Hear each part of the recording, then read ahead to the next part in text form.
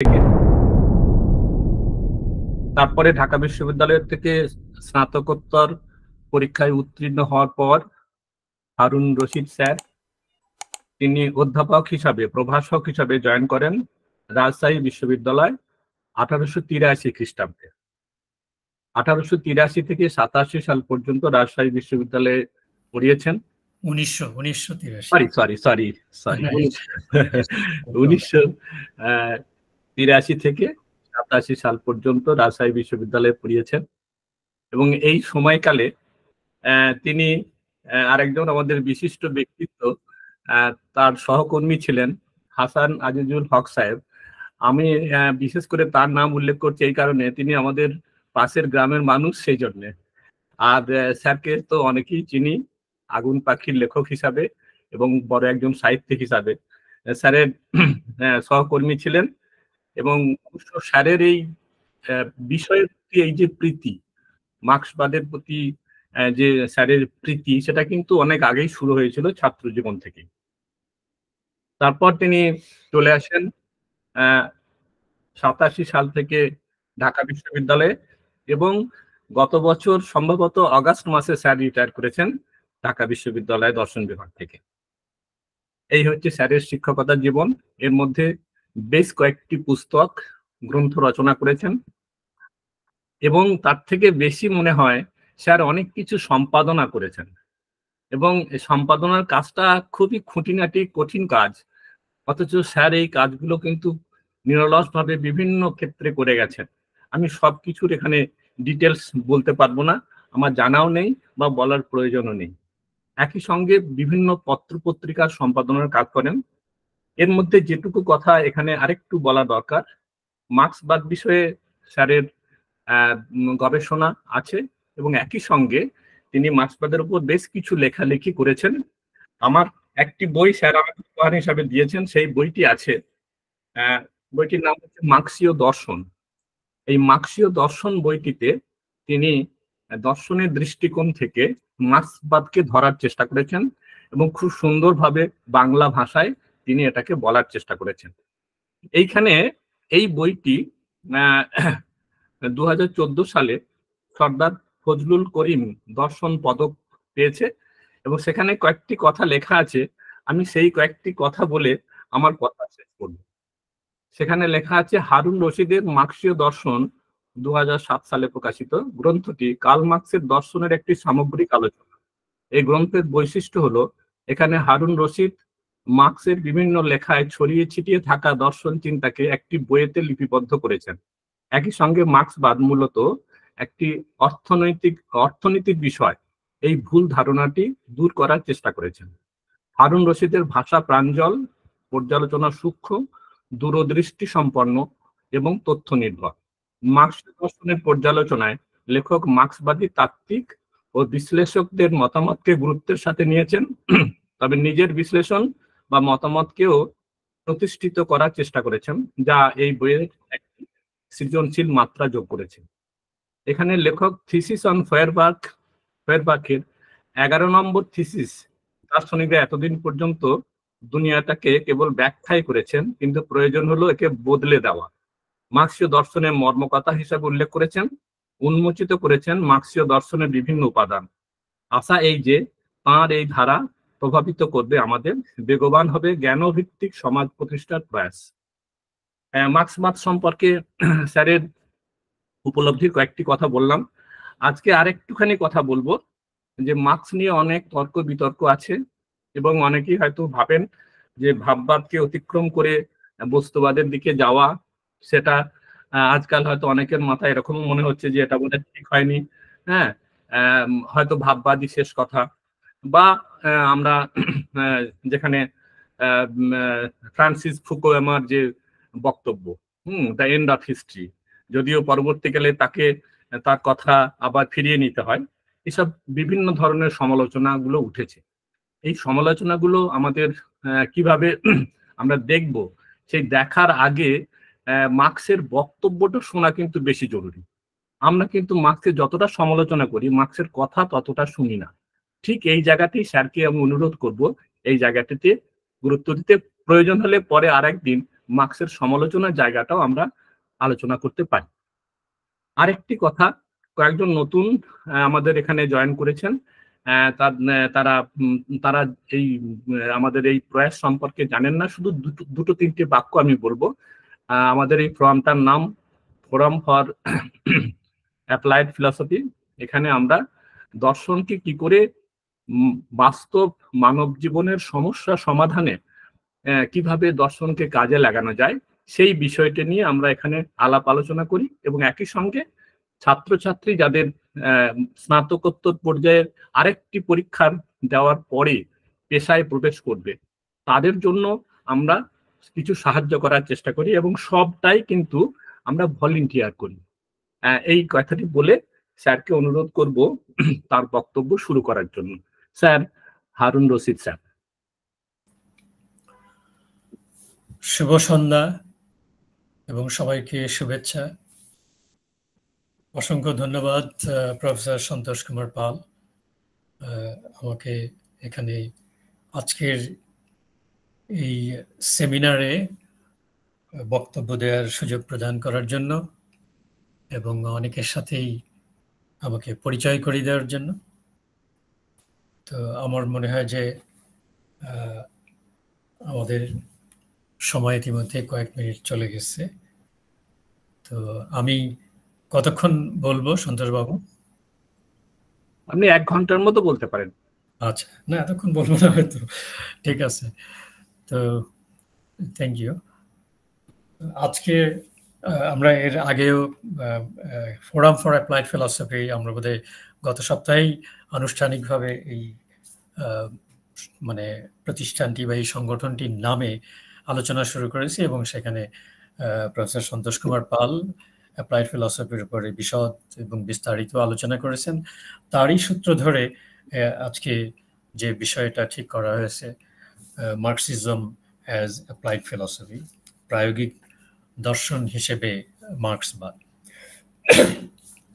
এবং ইতিমধ্যেই কিছু কথা সন্তোষ বাবু আপনাদের সামনে উপস্থাপন করলেন মার্ক্সবাদ সম্পর্কে, এবং মার্ক্সবাদ সম্পর্কে আমার যে বোঝাপড়া এই দীর্ঘ প্রায় 45-46 বছর, আমি যখন ঢাকা বিশ্ববিদ্যালয়ে ভর্তি হয়েছি 1977 সালে, তখন থেকেই আমি এই মার্ক্সবাদী যে চর্চা, মার্ক্সবাদের যে চর্চা এবং তার যে কি বলা যেতে পারে সাংগঠনিক তৎপরতা, ছাত্র রাজনীতির সাথে যুক্ত থাকার ফলে আমার এই বিষয়ে আগ্রহ হয়, এবং মানুষের প্রতি মানুষের যে কমিটমেন্ট এবং ভালোবাসা এবং কিভাবে একজন মানুষ হয়ে ওঠা যায়।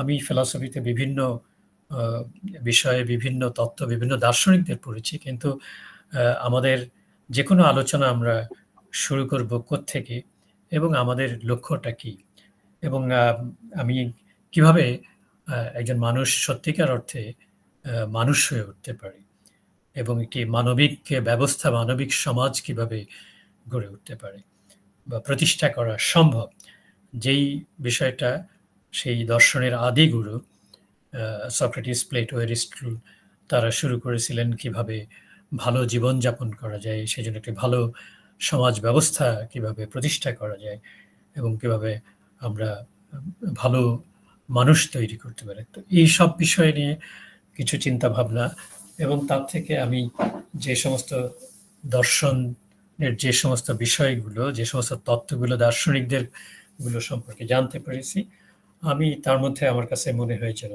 যে মানুষ হয়ে ওঠার ক্ষেত্রে, মানবিক সমাজ প্রতিষ্ঠার ক্ষেত্রে এর মধ্যে আমার কাছে পছন্দ হয়েছে মার্ক্সবাদ বা মার্ক্সীয় দর্শনটাকে।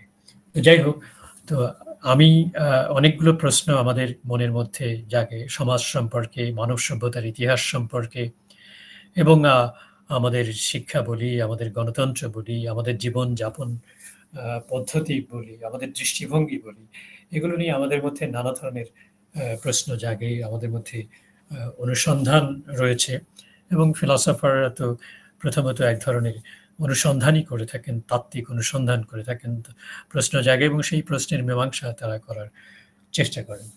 তো এই সব মিলিয়ে আমার মার্ক্সবাদের প্রতি একটা মানে আগ্রহ সেই ছাত্র জীবন থেকে।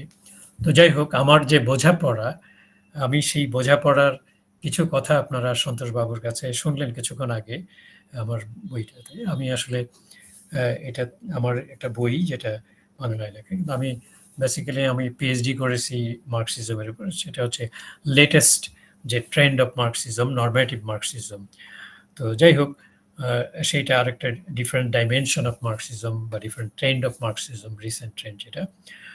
তো আজকের যে আলোচ্য বিষয় সেটা হচ্ছে যে মার্ক্সবাদ এবং প্রায়োগিক দর্শন, এবং প্রায়োগিক দর্শনে আমরা মার্ক্সবাদকে কেন এবং কিভাবে এটাকে প্রায়োগিক দর্শন হিসাবে প্রতিষ্ঠা করতে পারি, বা মার্ক্সবাদের মধ্যে যেভাবে দর্শনকে ব্যবহারিক জীবনে বা আমাদের জীবনের বিভিন্ন ক্ষেত্রে এটাকে যে দর্শনটাকে যে কিভাবে আমরা প্রয়োগ করতে পারি, সেই ক্ষেত্রে সবচাইতে আমি মনে করি যে সবচাইতে সুস্পষ্ট উচ্চারণ হচ্ছে মার্ক্সবাদের উচ্চারণ, যে দর্শনটার যে প্রধান ভূমিকাটাই হচ্ছে তার দর্শন তো অবশ্যই তাত্ত্বিক অনুসন্ধানের বিষয়, কিন্তু পাশাপাশি তার অন্যতম গুরুত্বপূর্ণ ভূমিকাটা হচ্ছে তার প্রায়োগিক দিকে প্রয়োগ।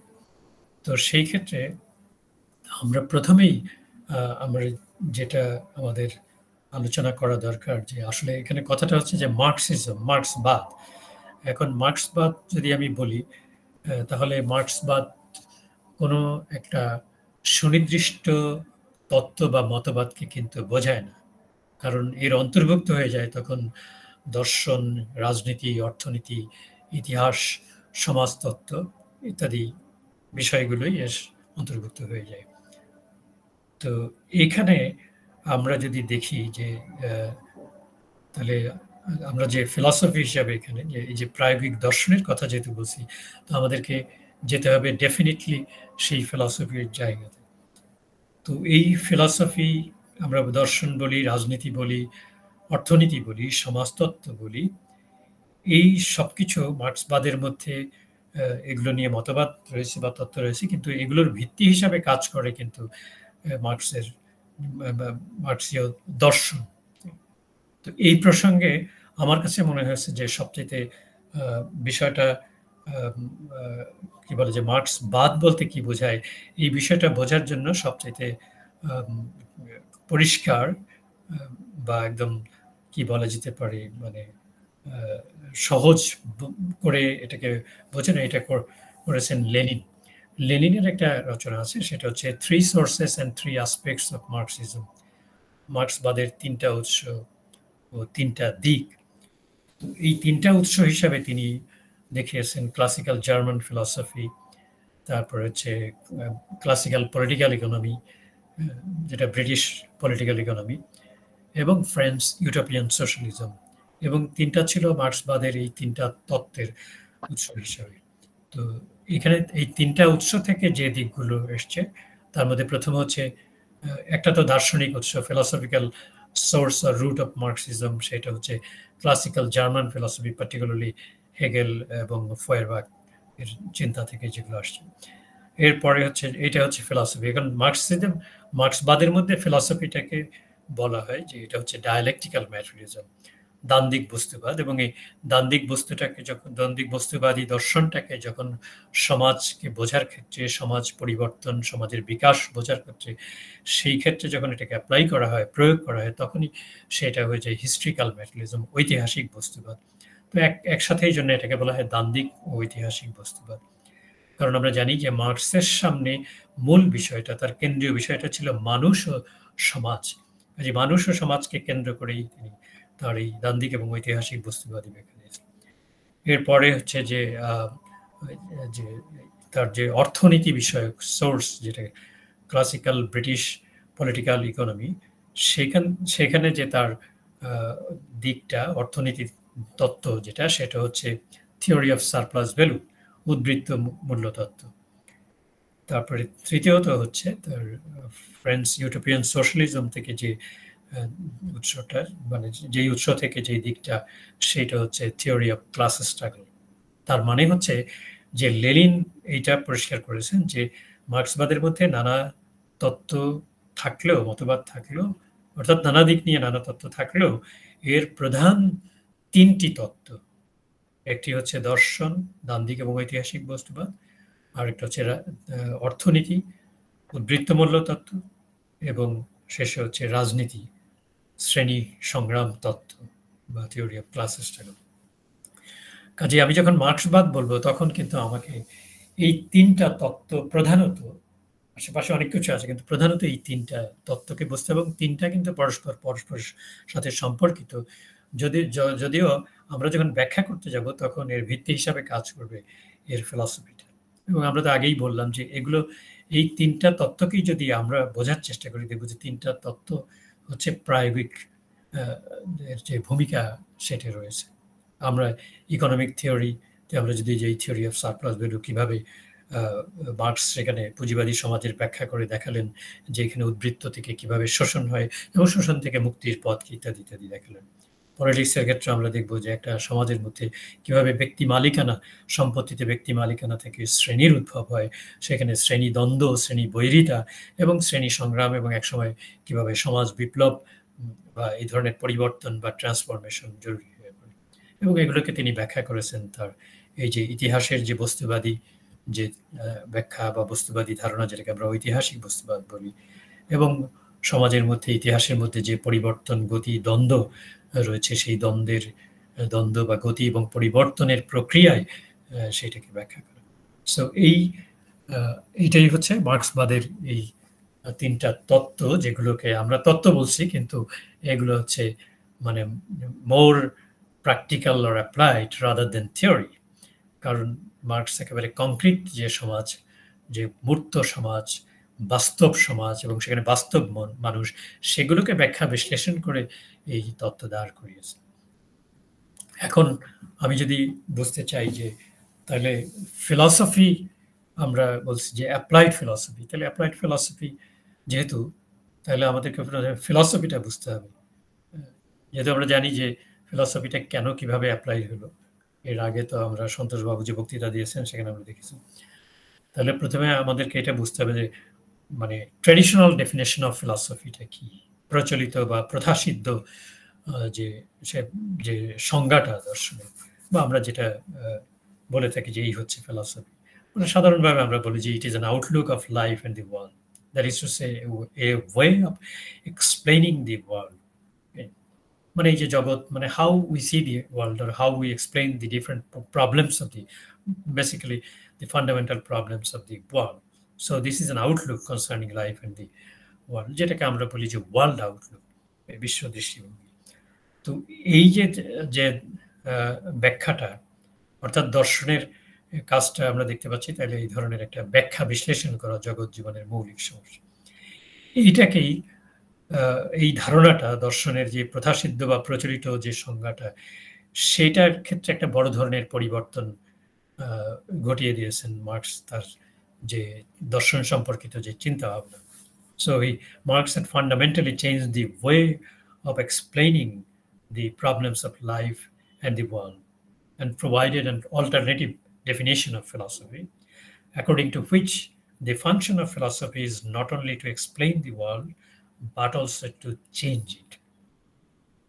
এখানে হচ্ছে আমরা দেখতে পাচ্ছি যে দর্শনের যে প্রচলিত যে সংজ্ঞা, সেই সংজ্ঞাটাকেই মার্কস পাল্টে দিয়েছে। অর্থাৎ এতদিন যাবৎ কেবলমাত্র মানে এর কাজই ছিল তত্ত্বগত, মানে philosophy is only a theoretical discipline, its function is to make a theoretical investigation, etc. তা এখন দেখা গেল যে দর্শনের কাজ কেবল তত্ত্বগত অনুসন্ধান নয়, ব্যাখ্যা বিশ্লেষণ নয়, এর জগৎটাকে ব্যাখ্যা করা নয়, জগৎটাকে পরিবর্তন করা দর্শনের অন্যতম।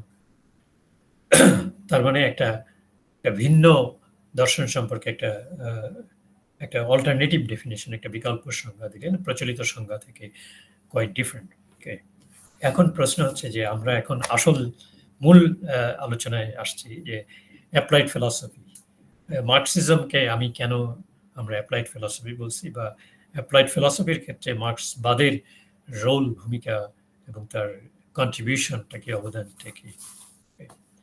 তাহলে আমাদের প্রথমে বুঝতে হবে যে what applied philosophy is, যেটা which has already been discussed in our last seminar by Professor Santosh Kumar Pal.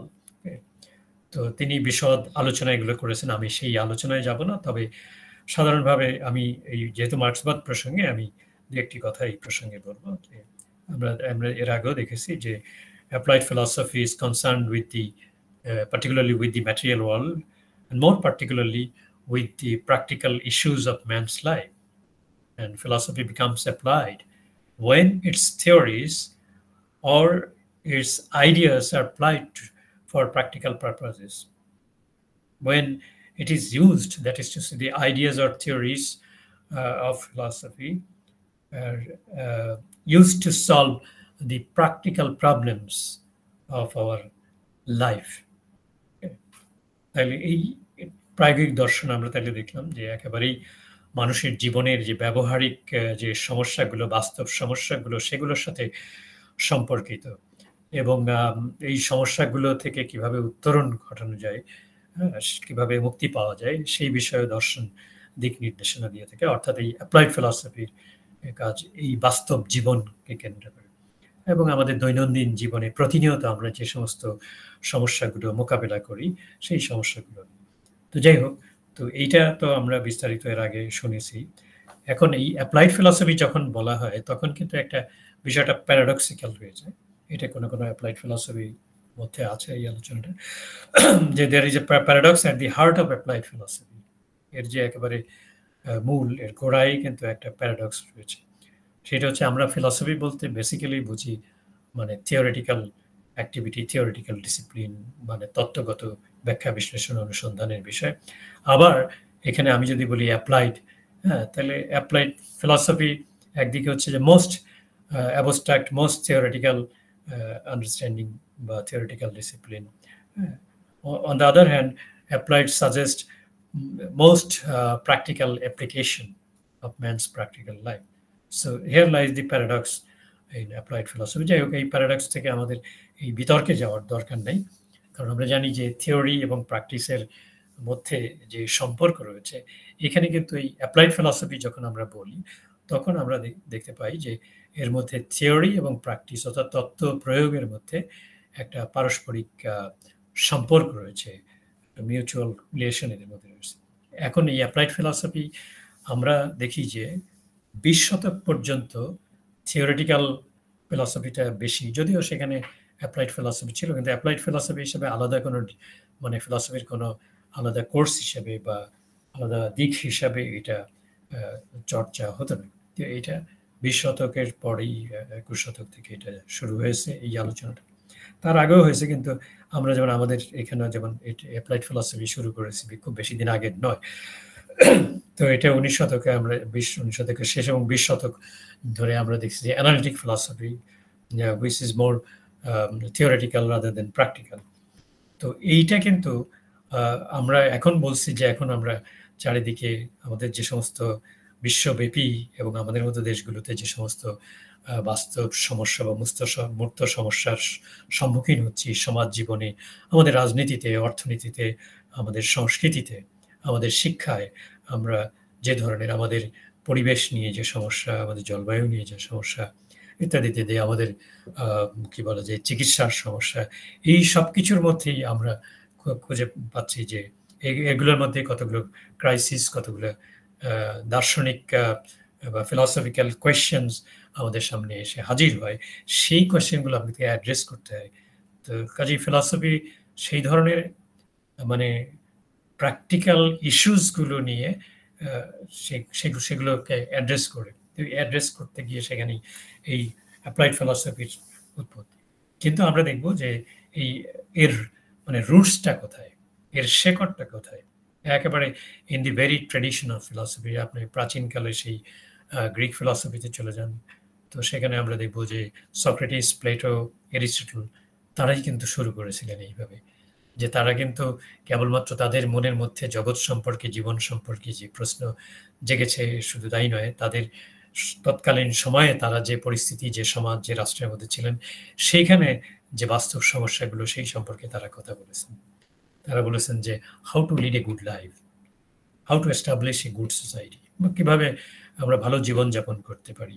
মানে ওই রকম সময়ে যে যখন ভালো জীবনযাপন ছিল না, একটা নৈরাজ্য বিশৃঙ্খলা ছিল রাষ্ট্রীয় পর্যায়ে, তো এইভাবে একটা ভালো সমাজ বলতে কি বোঝায় সেই ব্যাখ্যাটা তারা দিয়েছেন, দার্শনিক ব্যাখ্যা দিয়েছেন। কিন্তু পাশাপাশি তারা এটাকে কিভাবে প্র্যাকটিক্যাল ইস্যুগুলো কিভাবে অ্যাড্রেস করা যায় সেটা তারা করেছেন। তারা দিয়েছেন যে কিভাবে একটা রাষ্ট্র ব্যবস্থা ওই ধরনের গড়ে তোলা যায়, যে রাষ্ট্র ব্যবস্থা হবে বেসড অন জাস্টিস, ন্যায় পরতা বা ন্যায় বিচার ভিত্তিক একটি রাষ্ট্র ব্যবস্থা।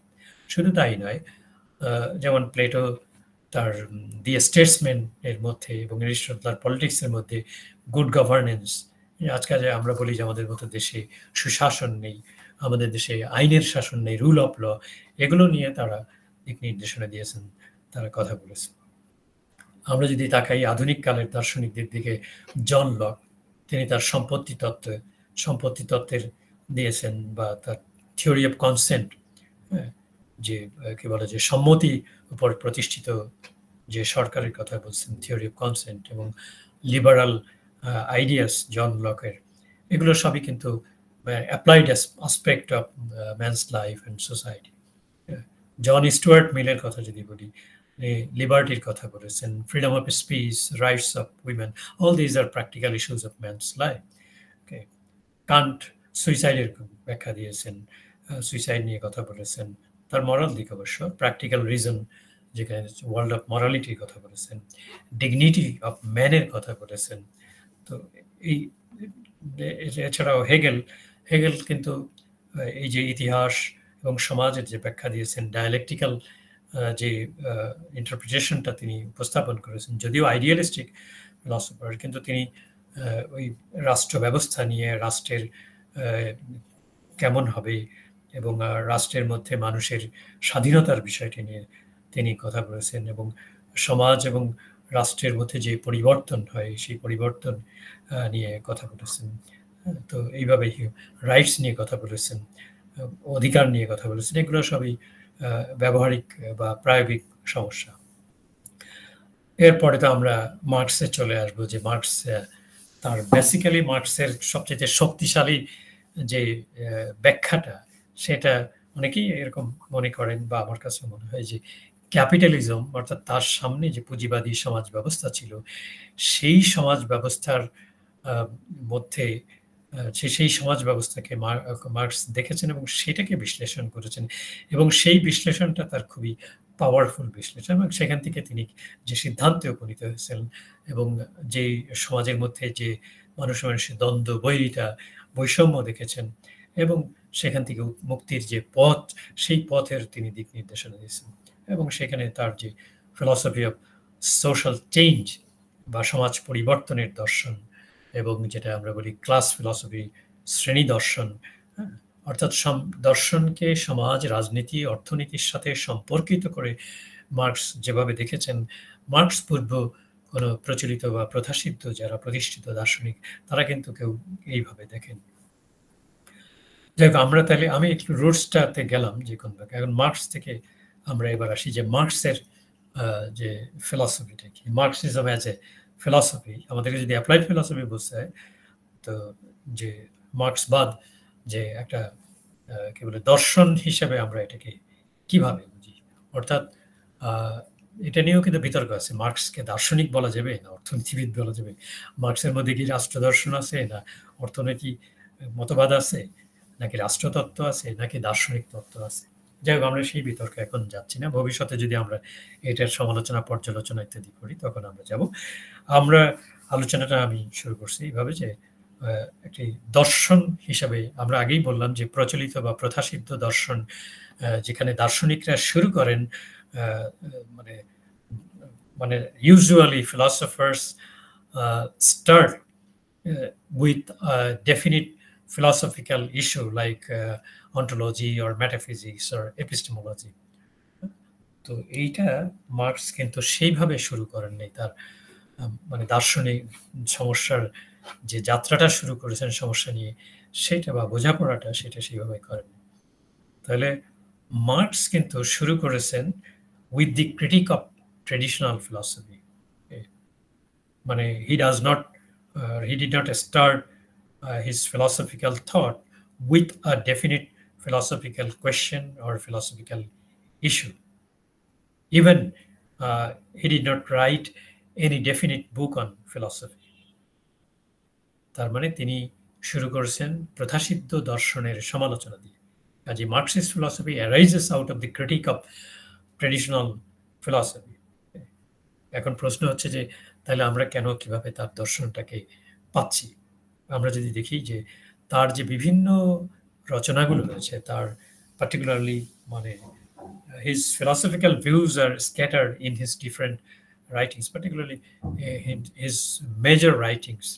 তার প্রধান প্রধান রচনাগুলোতে মধ্যে যদি আমরা প্রবেশ করি তাহলে দেখব যে তিনি সেখানে তার যে দার্শনিক দিকগুলো ছড়িয়ে ছিটিয়ে রয়েছে, যেটা আমি আমার বইটাতে বলার চেষ্টা করেছি।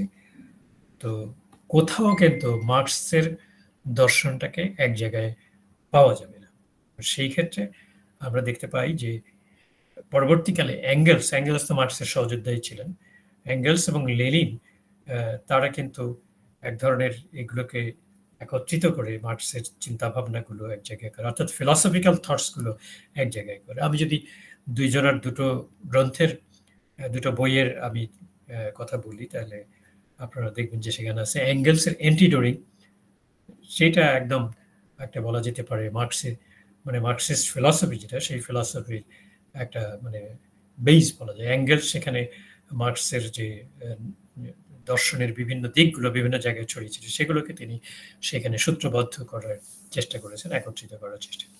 লেনিনের যদি আপনারা দেখেন যে ম্যাটেরিয়ালিজম অ্যান্ড এম্পেরিক ক্রিটিসিজম, সেই গ্রন্থটা যদি দেখেন সেখানে দেখবেন। এছাড়া ফিলসফিক্যাল নোটবুকসও আছে। অ্যাঙ্গেলস তো আরও আছে ডায়ালেকটিক্স অফ নেচার।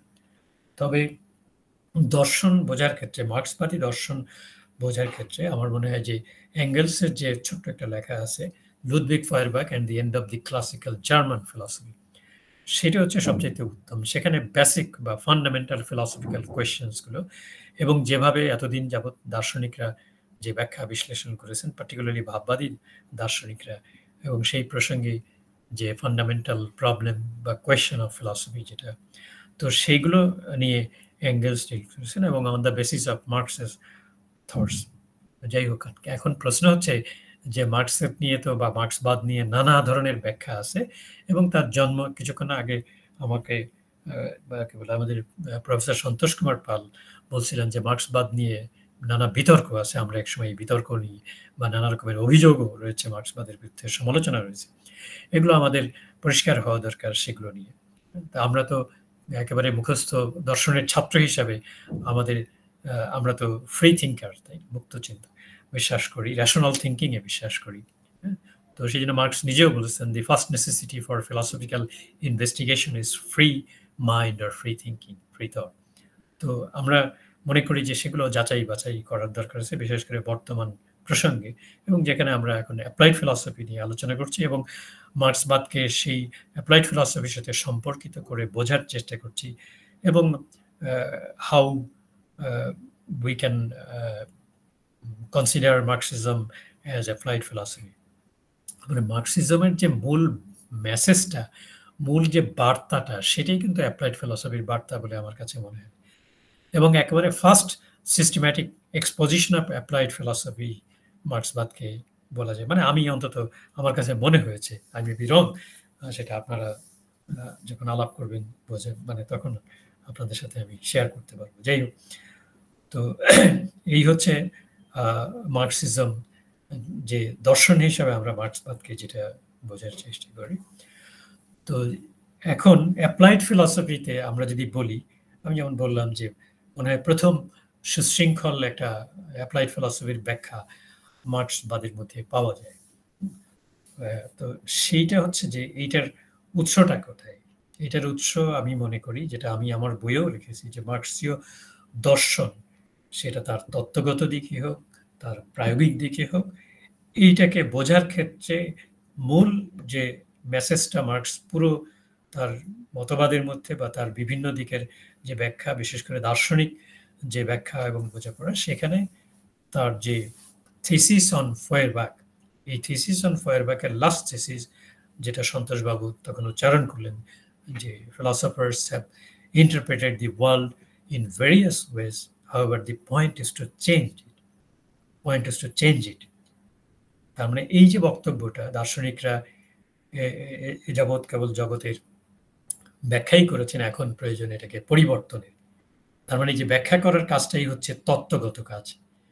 হ্যাঁ, অর্থাৎ যেমন আমরা যদি সমাজকে ব্যাখ্যা করি, সমাজকে বোঝার চেষ্টা করি যে what is the nature of society, what is the nature of social relations in a definite or particular society. ওকে, তো এটা যদি বোঝার আমরা চেষ্টা করি তাহলে সেটা হবে তার ব্যাখ্যা। কিন্তু আমরা যদি বলি যে সমাজের মধ্যে সংকট আছে, সমস্যা আছে, তো how to overcome this crisis or the problems in a definite society, কিভাবে থেকে উত্তরণ ঘটানো যায়, কিভাবে অতিক্রম করা যায়, that is a practical. So we have to change the world, we have to change the existing socio-economic formation or socio-economic system. তো এই যে ব্যাপারটা, এটা হচ্ছে যে এই যে ফিলসফি অফ চেঞ্জ, অর্থাৎ মার্কস তার এই ফয়ারবার্গ সম্বন্ধে যে 11 নম্বর থিসিস, যেটা 11টা থিসিস ছিল তার লাস্ট থিসিস এই কথাটা, এটা 11 নম্বর থিসিস, এখানে তিনি তার এই বক্তব্যটা তিনি উপস্থাপন করেছেন। এবং এর মধ্য দিয়ে আমি মনে করি, আমি আমার বইয়ের মধ্যে লিখেছি যে marks brought an epistemological change in the history of philosophy, particularly this in the history of human thinking, particularly in the history of philosophy. Okay, তো এখন আমরা দেখলাম যে মানে he has broken the tradition of philosophy. দর্শনের যে ঐতিহ্য এতদিন যাবৎ গড়ে উঠেছিল, সেই ঐতিহ্যকে তিনি ভাঙতে শিখেছেন এবং এক নতুন ধরনের ধারণা তিনি দিলেন। সেটা হচ্ছে যে মানে marks establishes philosophy as applied philosophy.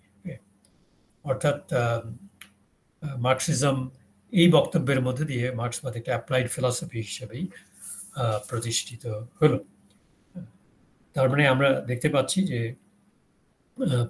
যেখানে আমরা বললাম যে প্রচলিত অর্থে দর্শন একটা তাত্ত্বিক অনুসন্ধান এবং ব্যাখ্যা বিশ্লেষণের বিষয়, এবং আপনারা জানেন যে হেগেল পর্যন্ত এটাই প্রাধান্য বিস্তার বা আধিপত্য বিস্তার করেছিল মানুষের চিন্তার ক্ষেত্রে, দর্শনের ইতিহাসের ক্ষেত্রে, এবং হেগেল পরবর্তীকালে মার্ক্সই এরকম একটা আমূল পরিবর্তন, রেডিক্যাল চেঞ্জ ঘটাল। তো এই যে থিসিসটা 11 নম্বর থিসিসে, এখানে আমরা দেখব যে এর মধ্যে আপনার যে মেসেজটা রয়েছে, সেখানে আমরা যেটা দেখতে পাচ্ছি যে মার্ক্সবাদের যে কি বলা যেতে পারে যে এসেন্সটা, মানে ফিলসফির যে সার কথাটা এখানে প্রতিফলিত হয়েছে।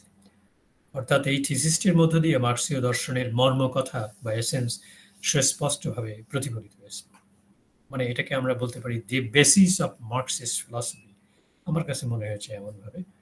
অর্থাৎ একদিকে তিনি প্রচলিত দার্শনিকদের উদ্দেশ্যে এই থিসিসের মধ্য দিয়ে তাদের সমালোচনা করলেন, অন্যদিকে তার নিজের যে চিন্তা সেটাকে প্রতিষ্ঠা করলেন। তার নিজের এই চিন্তাটা, দার্শনিক চিন্তাটাই প্রায়োগিক দর্শনের ভিত্তিভূমি রচনা করেছে বা বেসিস রচনা করেছে বলে আমার কাছে মনে হয়েছে। So Marx was the first philosopher who emphasized on the practical aspect of philosophy and clearly declared the role of philosophy in our practical life, and particularly in changing the world. এবং আমরা জানি যে পৃথিবীর ইতিহাসে প্রথম একটা বড় ধরনের পরিবর্তন ঘটে গেছে সমাজের ব্যবস্থার, সেইটা 1917 সালের অক্টোবর বিপ্লবে সোভিয়েত ইউনিয়নে। এবং এই সোভিয়েত ইউনিয়ন হচ্ছে একদম first form of society based on Marxist philosophy, মানে একটা সুনির্দিষ্ট দর্শনের ভিত্তিতে এই যে ডায়ালেকটিক্যাল এবং হিস্ট্রিক্যাল ম্যাটেরিয়ালিজমের প্রয়োগ, এই দর্শনের প্রয়োগের মধ্য দিয়ে সেখানে এই সমাজতান্ত্রিক ব্যবস্থাই বলি, সাম্যবাদী ব্যবস্থায়, সেই ব্যবস্থা এককালে প্রতিষ্ঠিত হয়েছিল। এখন কি অবস্থা আমি সেই আলোচনায় যাচ্ছি না, যেটা দেখলাম যে এই দর্শনটা প্রয়োগ একেবারে সুনির্দিষ্টভাবে সেখানে ঘটেছিল। এখন তাহলে প্রশ্ন হচ্ছে যে এইখানে যে কথাটা আমরা বলছি যে ফিলসফি মানে একটা থিওরির ব্যাপার রয়েছে, একটা হচ্ছে তার প্র্যাকটিক্যাল অ্যাপ্লিকেশন বা প্র্যাকটিক্যাল ব্যাপার আছে। তো কিভাবে তত্ত্ব এবং প্রয়োগ, আমরা তো এই থিসিসের মধ্যেই দেখতে পাচ্ছি মানে এই 11 নম্বর থিসিসের মধ্যে দিয়েছে যে এটার মধ্যে একটা মানে একটা there is an inseparable relation or connection between theory and practice. One cannot be isolated from the other. So we may consider that there are two aspects of the theory and practice are the two aspects of the same reality. একই বাস্তব সত্তার বা একই রিয়ালিটির দুই দিক হচ্ছে তত্ত্ব এবং প্রয়োগ। কারণ no theory independently, that is to say apart from practice, can play the role in changing the world. So philosophy can be considered to be both a theory and practice. Okay. That is to say, philosophy not only explain social life, but also paves the way of changing it. Okay. তার মানে আমরা দেখতে পাচ্ছি যে এটা যেটা marks বললেন যে কাজ কেবল ব্যাখ্যা বিশ্লেষণ নয়, পরিবর্তনের, সেই কথাটাই আমি বলার চেষ্টা করছি যে এখানে দেখা যাচ্ছে যে এই কথাটার মধ্যেই কিন্তু তত্ত্ব এবং প্রয়োগের মধ্যে একটা অবিচ্ছেদ্য সম্পর্ক রয়েছে। তত্ত্ব মানেই হচ্ছে তত্ত্বটা আমরা মাথায় নিয়ে বসে থাকি না, সেই তত্ত্বটাকে আমরা প্রয়োগে নিয়ে যাই। যে মার্কস যেটা আরেকটু অগ্রসর হয়ে বলেছেন যে আমরা দুনিয়াটাকে পাল্টাতে চাই, পরিবর্তন কেন পাল্টাতে চাই? কারণ যে এক্সিস্টিং ব্যবস্থা আছে, এক্সিস্টিং হিউম্যান নেচার অথবা এক্সিস্টিং হিউম্যান রিলেশন যা আছে সেটার মধ্যে সমস্যা আছে, সংকট আছে। তো আমরা কি চাই? আমরা ভালো থাকতে চাই, মোটা দাগে বললে। হ্যাঁ, আমরা ভালো সমাজ চাই, ভালো মানুষ চাই, হ্যাঁ, একটা ভালো বাসযোগ্য পৃথিবী চাই। তাহলে সেখানে যে সমস্ত সংকটগুলো, সমস্যাগুলো আছে, সেই সমস্যা বা সংকটের গোড়াটা, তার শেকড়টাকে অনুসন্ধান করতে হবে এবং সেখান থেকে মুক্তির পথ খুঁজতে হবে। সেই কাজটি মার্কস করার জন্য এই কথাটা বলেছেন। সো মার্কসের, তবে দেখা যায় যে মার্কসের আর্লি রাইটিংস এবং লেটার রাইটিংসের মধ্যে কিছুটা পার্থক্য। অনেকেই বলেছেন যে তার আর্লি রাইটিংস, মার্কসের early writings are more theoretical then practical, while his later ones are more practical. তো এইভাবে অনেকেই আবার মার্কসকে দুই ভাগে ভাগ করেছেন। যেমন টাকার নামে একজন লেখক আছে, তিনি লিখছেন philosophy and myth in Karl Marx. সেখানে থেকে তিনি দেখেছেন যে দুইটা মার্কস, একটা হচ্ছে আর্লি মার্কস আর একটা হচ্ছে লেটার মার্কস। এবং তিনি দেখিয়েছেন যে তার ফিলসফিক্যাল এবং সাইকোলজিক্যাল আর্লি মার্কস, তার বেসিস ছিল ফিলসফিক্যাল মানে এবং সাইকোলজিক্যাল, দার্শনিক এবং মনস্তাত্ত্বিক। হ্যাঁ, এবং লেটার মার্কসটা হচ্ছে যে পলিটিক্যাল, ইকোনমিক্স, সোশ্যাল এইসব বিষয় নিয়ে আলোচনা করেছে। কিন্তু আমরা যদি দেখি, ধরেন একদম মার্কসের প্রথম যে লেখালেখি, প্রথম যে রচনা বা বইপত্র, তার চিন্তার প্রতিফলন ঘটেছে, তখন থেকে এই পর্যন্ত দেখব যে তার কিন্তু চিন্তার একটা ধারাবাহিকতা রয়েছে। কাজে তাকে দুই ভাগ করার কোনো প্রয়োজন পড়েনি। তিনি শুরুতে যেভাবে ভেবেছিলেন মানুষের কথা, মানবতার কথা, তখন হয়তো তিনি তার এই দর্শনটা প্রতিষ্ঠা করেননি। তিনি তখনও হেগেলের সাথে অথবা ফয়েরবাখের সাথে পরিচিত হন নাই। তিনি দ্বন্দ্বতত্ত্বের বা বস্তুবাদের ধারণা পান নাই একেবারে শুরুতে। তখন তিনি একরকম মানবতাবাদী চিন্তা করেছিলেন।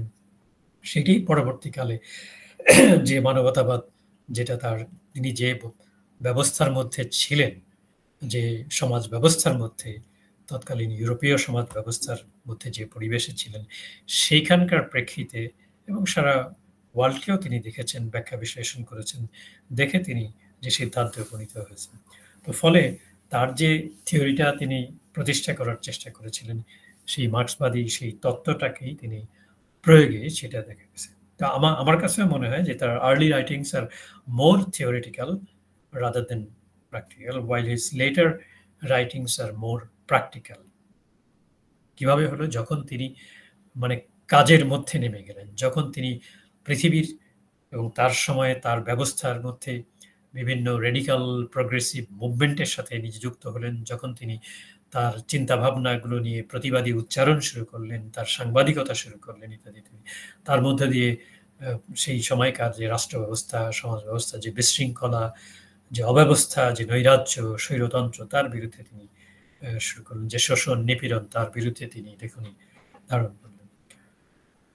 তো কাজেই আমরা দেখতে পাচ্ছি যে মার্কস কিন্তু, প্রশ্ন হচ্ছে যে মানে মার্কস কি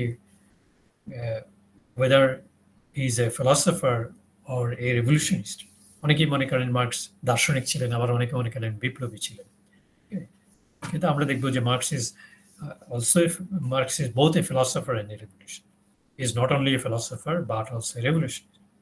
So we may consider Marx as a philosopher of revolution, more particularly philosopher of social revolution, সমাজ বিপ্লবের দার্শনিক। মানে এই যে why society changes from one stage to another, how can social change be brought about, why social revolution is inevitable. These are certain philosophical questions, fundamental philosophical questions raised about society. তো এই যে এবং সোসাইটিতে যে চেঞ্জগুলো হচ্ছে, ট্রান্সফরমেশনগুলো হচ্ছে, কিভাবে হচ্ছে, কেন হচ্ছে ইত্যাদি।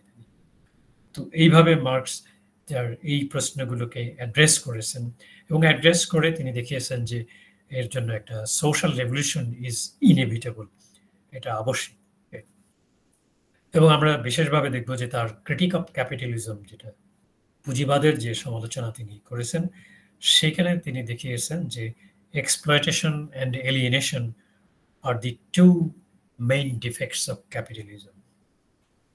অর্থাৎ শোষণ এবং বিচ্ছিন্নতা, এই দুটো হচ্ছে পুঁজিবাদের দুটো প্রধান ত্রুটি।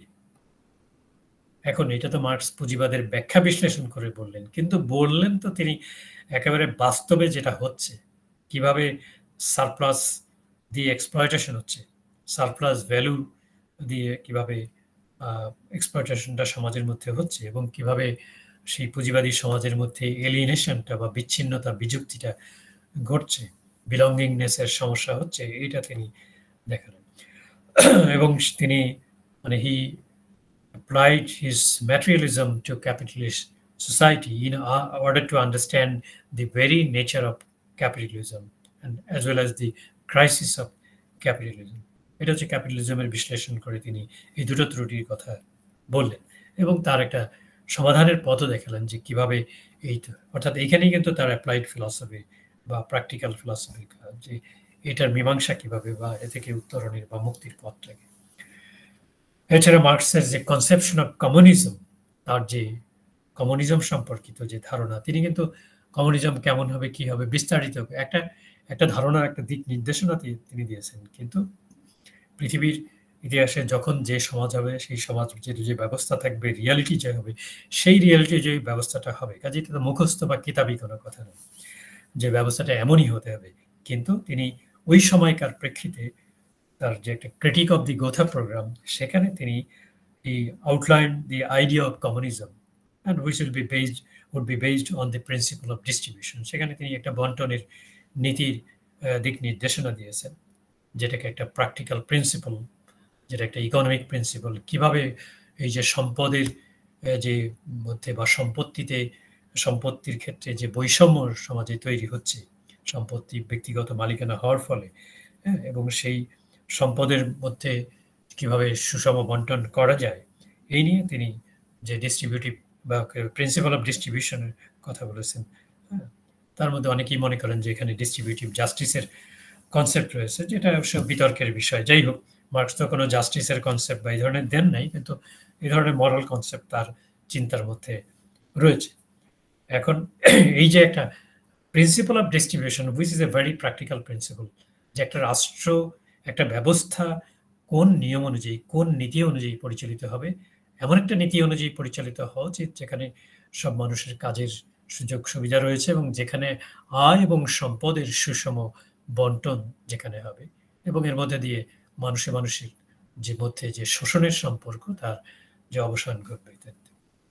এখন আমরা যদি দেখি যে মার্কসের এই যে মানে একদম শুরু থেকে একদম ক্যাপিটাল পর্যন্ত তিনি যা কিছু লিখেছেন, তার মেজর রাইটিংসগুলোতেই আমরা দেখব যে অ্যাপ্লাইড ফিলসফি বা প্রায়োগিক দর্শনের বার্তা সেখানে রয়েছে। আমার যেহেতু সময় খুবই কম এবং বেশি কথা বলা যাবে না, আমি শুধু উল্লেখ করছি যে তার কোন কোন রাইটিংসের মধ্যে আপনারা যদি দেখেন, ভিতরে প্রবেশ করেন, তাহলে দেখতে পাবেন যে তার ফার্স্ট, মানে আমি যেটা খুঁজে পেয়েছি আমার মতো করে, আমি যেটা ভেবেছি যে মার্কসের ফার্স্ট ফিলসফিক্যাল এসে, মানে যেটা তার perhaps at the age of 14 or 15, অর্থাৎ তিনি যখন মাধ্যমিক স্কুলে, সেকেন্ডারি স্কুলে পড়াকালীন সময়ে শেষে যে একটি এসে তাকে জমা দিতে হয়েছে, সেই এসেটা যে লিখেছিলেন তিনি, সেটা চুজ করা যায় যে যার মতো দেয়। তো মার্কস চুজ করেছিলেন on the choice of a profession of a young man, একজন তরুণের বা যুবকের পেশা নির্বাচন প্রসঙ্গে। এবং এই লেখাটা বিশ্লেষণ করলে দেখা যাবে তার মূল মেসেজটা কি। মার্কস যে বার্তাটা দিতে চেয়েছেন যে তরুণকে এমন পেশা বা একজন যুবক এমন পেশা, মানে তার লেখাপড়া শেষে এমন পেশা নির্বাচন করতে হবে যে পেশার মধ্য দিয়ে সারা জীবন মানবতার জন্য সে কাজ করে যেতে পারে, মানুষের সেবায় নিজেকে নিয়োজিত করতে পারে। তো অর্থাৎ এটা ফিলসফি অফ হিউম্যানিটি, মানে যদিও ওই সময়ের প্রেক্ষিতে এক ধরনের লিবারাল হিউম্যানিজমের ধারণা, উদারনৈতিক মানবতাবাদী চিন্তা, অর্থাৎ তখন তার সময়ের যে পরিবেশ পরিস্থিতি, সেই তার মধ্যে দিয়ে তিনি যেভাবে প্রভাবিত হয়েছেন সেইভাবে তিনি ভেবেছেন। তো এইটা হচ্ছে তার প্রথম রাইটিংস। পরবর্তীতে তিনি যখন জার্মানিতে বিশ্ববিদ্যালয়ে প্রথমে বার্লিন পড়ে তার ডক্টরাল থিসিসটা করলেন জেনা ইউনিভার্সিটি জমা দিলেন 1841 সালে। তখন তিনি গ্রিক অ্যাটমিজমের উপরে তার পিএইচডিটা করলেন, difference between the Democritean and philosophy of nature. সেখানে কিন্তু তার বস্তুবাদী চিন্তার পরিচয় পাওয়া যায় এবং তার প্রায়োগিক যে দার্শনিক চিন্তার পরিচয় পাওয়া যায়। তিনি বললেন যে it is philosophy not god or religion that can help man to provide him practical Outlook of life. এই যে প্র্যাকটিক্যাল আউটলুক হবে, এটা কোনো ওই ধরনের কোনো গড বা কোনো রিলিজিয়ন দিতে পারে না, এটা একমাত্র এই ফিলসফি দিতে পারে। সেই ফিলসফি বলতে তিনি materialistic philosophy. So the function of philosophy is to make aware of him, of his consciousness, to make him conscious about his freedom. তার নিজের সম্পর্কে সচেতন হওয়া এবং তার স্বাধীনতা সম্পর্কে সচেতন হওয়া হচ্ছে এখানে ফিলসফির কাজ। So this may be considered to be the first exposition of Marxist materialist philosophy. এরপরে তিনি আরো লিখেছেন, এগুলো তার সব আর্লি ওয়ার্ডস বা তার প্রথম দিককার। অন দি জুইশ কোয়েশ্চেনে যেমন তিনি বলেছেন যে ফিলসফি অফ অ্যাকশনের কথা বলেছেন, কর্মের দর্শন, যেটা তার এক বন্ধু মোজেস হেস তার দ্বারা প্রভাবিত হয়েছিলেন তিনি। এবং তখনকার সময় ইহুদিদের মুক্তির সমস্যা, ইহুদিরা মনে করছিল ধর্মের মধ্যে। মার্কস বললেন যে না, ইহুদিদের মুক্তি, the emancipation, problem of emancipation of the Jews lies not in religion but in action. এরপরে মার্কস শুরু করলেন তার জার্নালিজম, তার সাংবাদিকতা জীবন। এই সাংবাদিকতা জীবনে তিনি সেই সময়কার যে প্রুশীয় সরকার, জার্মানি যে সরকার, সেই সরকারের যে অব্যবস্থা, বিশৃঙ্খলা, নৈরাজ্য, স্বৈরতন্ত্র, তার বিরুদ্ধে কলম ধরলেন। এবং তিনি অনেকগুলো বাস্তব সমস্যা নিয়ে, আঙ্গুর চাষিদের সমস্যা, বনে যে কাঠের যে শ্রমিক তাদের সমস্যা, এই ধরনের একেবারে বাস্তব সেন্সরশিপের বিরুদ্ধে তিনি লিখলেন। তো এই ধরনের লেখালেখিতে যাতে মুক্ত চিন্তা তখনও বাধাপ্রাপ্ত হয়েছে তার বিরুদ্ধে, তো এই ধরনের লেখালেখি দিয়ে তিনি শুরু করলেন তার এই যে অ্যাপ্লাইড ফিলসফির চিন্তা। এবং এরপরে আমরা দেখবো যে তার contribution to the critic of Hegel's philosophy of right, যেখানে হেগেল বলছেন রাষ্ট্র, তার ভাববাদী চিন্তা থেকে রাষ্ট্র হচ্ছে একটা মহামিলনের কেন্দ্র, যেখানে কোনো শ্রেণী থাকবে না, শ্রেণী নিরপেক্ষ, শ্রেণী নাই। মানে রাষ্ট্রের তখনকার সময়ের কথা বলছেন যে রাষ্ট্রটা হচ্ছে শ্রেণীর ঊর্ধ্বে, শ্রেণী নিরপেক্ষ। মার্কস এটার সমালোচনা করে দেখিয়েছেন যে রাষ্ট্র শ্রেণী নিরপেক্ষ হতে পারে না, শ্রেণীর ঊর্ধ্বে হতে পারে না। এরপরে আমরা দেখব যে অর্থাৎ রাষ্ট্রের যে শ্রেণী চরিত্র, রাষ্ট্র এবং সমাজের শ্রেণী চরিত্র তিনি উদ্ঘাটন করলেন এবং শ্রেণী দর্শনটা দিলেন, যেটা অ্যাপ্লাইড ফিলসফির বিষয়। এরপরে 1850-এর দশক থেকে তার চিন্তাটা একেবারে ঘুরে গেল একটু, মানে যেটাকে আমরা বলবো একটা টার্নিং পয়েন্ট এটাকে বলা যায়। তো একটা ক্রান্তিকাল মার্কসের চিন্তার, যেখানে he concentrated mainly on economics, particularly on political economy. এবং সেখানে তিনি উপলব্ধি করলেন যে এই যে বর্তমান, মানে তৎকালীন সময়ের যে সমাজের মধ্যে যে সংকট, যে সামাজিক বৈষম্য, যে সমস্যা, যে অর্থনৈতিক সমস্যা, তার গোড়াটা কি, তার উৎসটা কি। তো এইটা চিন্তা করতে গিয়ে তিনি অর্থনীতির উপরে জোর দিলেন, রাজনৈতিক অর্থনীতির উপর জোর দিলেন। এবং philosopher marks became economist marks. অনেকেই হয়তো এইভাবে বলবেন যে দার্শনিক মার্কস হয়ে উঠলেন অর্থনীতিবিদ। অর্থাৎ আমি বলবো যে এই মানে তত্ত্ব দার্শনিক হিসাবে মার্কস আরো পরিষ্কারভাবে হয়ে উঠলেন প্রায়োগিক দার্শনিক। এবং তখন তিনি 1859 সালে তার প্রকাশিত contribution to the critic of political economy, তো যেখানে তিনি দেখিয়েছেন যে এমন এক সময় আসবে যখন উৎপাদন আর কি বলা যেতে পারে শ্রম সময় এবং শ্রমিকের সংখ্যার উপরে নির্ভর করবে না, তা নির্ভর করবে সায়েন্স এবং টেকনোলজির উপরে, বিজ্ঞান এবং প্রযুক্তিবিদ্যার উপরে। আজকে কিন্তু আমরা তাই দেখতে পাচ্ছি যে এখন কিন্তু নির্ভর করছে সায়েন্স। কত আগে এই কথা বলে গেছেন, কিন্তু আজকে আমরা দেখতে পাচ্ছি। এরপরে ইকোনমিক অ্যান্ড ফিলসফিক ম্যানুস্ক্রিপ্টস অফ 1844, যেখানে তিনি fundamental problems of economics and philosophy, অর্থনীতি এবং দর্শনের মৌলিক সমস্যা এবং একেবারেই প্র্যাকটিক্যাল সমস্যাগুলোকে অ্যাড্রেস করেছেন। এবং সেখানেই তিনি তার যে তত্ত্বটা দাঁড় করিয়েছেন, যে এলিয়েনেশনের তত্ত্ব, যেটা আমরা পুঁজিবাদী সমাজের মধ্যে যে বিচ্ছিন্নতাটা ঘটে যায়, বিযুক্তিটা ঘটে যায়, সেইখান থেকে সেই বিষয়ে তিনি তত্ত্ব এবং সেখানে মানব প্রকৃতি এবং মানুষের মুক্তিটা কিভাবে সম্ভব, এবং মানুষ যে একটা স্পেসিস বিং, ক্রিয়েটিভ বিং এবং সম্ভাবনা তার মধ্যে রয়েছে, সেই সম্ভাবনা কোন ধরনের একটি ব্যবস্থার মধ্যে বিকশিত হতে পারে সেটা। এবং তার আগে অবশ্য আমি 1846-এর কথা বললাম। 1844-এর আগে আমি অবশ্য আগে বলে ফেলেছি আপনাদেরকে, এই কন্ট্রিবিউশন ওটা আরো পরের, অর্থাৎ ম্যাচিউর অবস্থায় মার্কসের যে পলিটিক্স এবং ইকোনমিক্সে জোর দিলেন। তো এই এরপরে দি জার্মান আইডিওলজি, যেটা 1846 সালে যেটা লেখা, তো এইখানে এইটা হচ্ছে তার materialistic interpretation of history. Marks নিজে কখনো হিস্ট্রিক্যাল ম্যাটেরিয়ালিজম বা ডায়ালেকটিক্যাল ম্যাটেরিয়ালিজম কথাটা ব্যবহার করেননি। এটা প্রথমে প্লেখানবই এই ডায়ালেকটিক্যাল ম্যাটেরিয়ালিজম কথাটা ব্যবহার করেছেন, হিস্ট্রিক্যাল ম্যাটেরিয়ালিজম। সো এটা হচ্ছে ম্যাটেরিয়ালিস্টিক ইন্টারপ্রিটেশন অফ হিস্ট্রি, এবং যেটাকে বলা হয়ে থাকে যে scientific theory of society or of social change and development.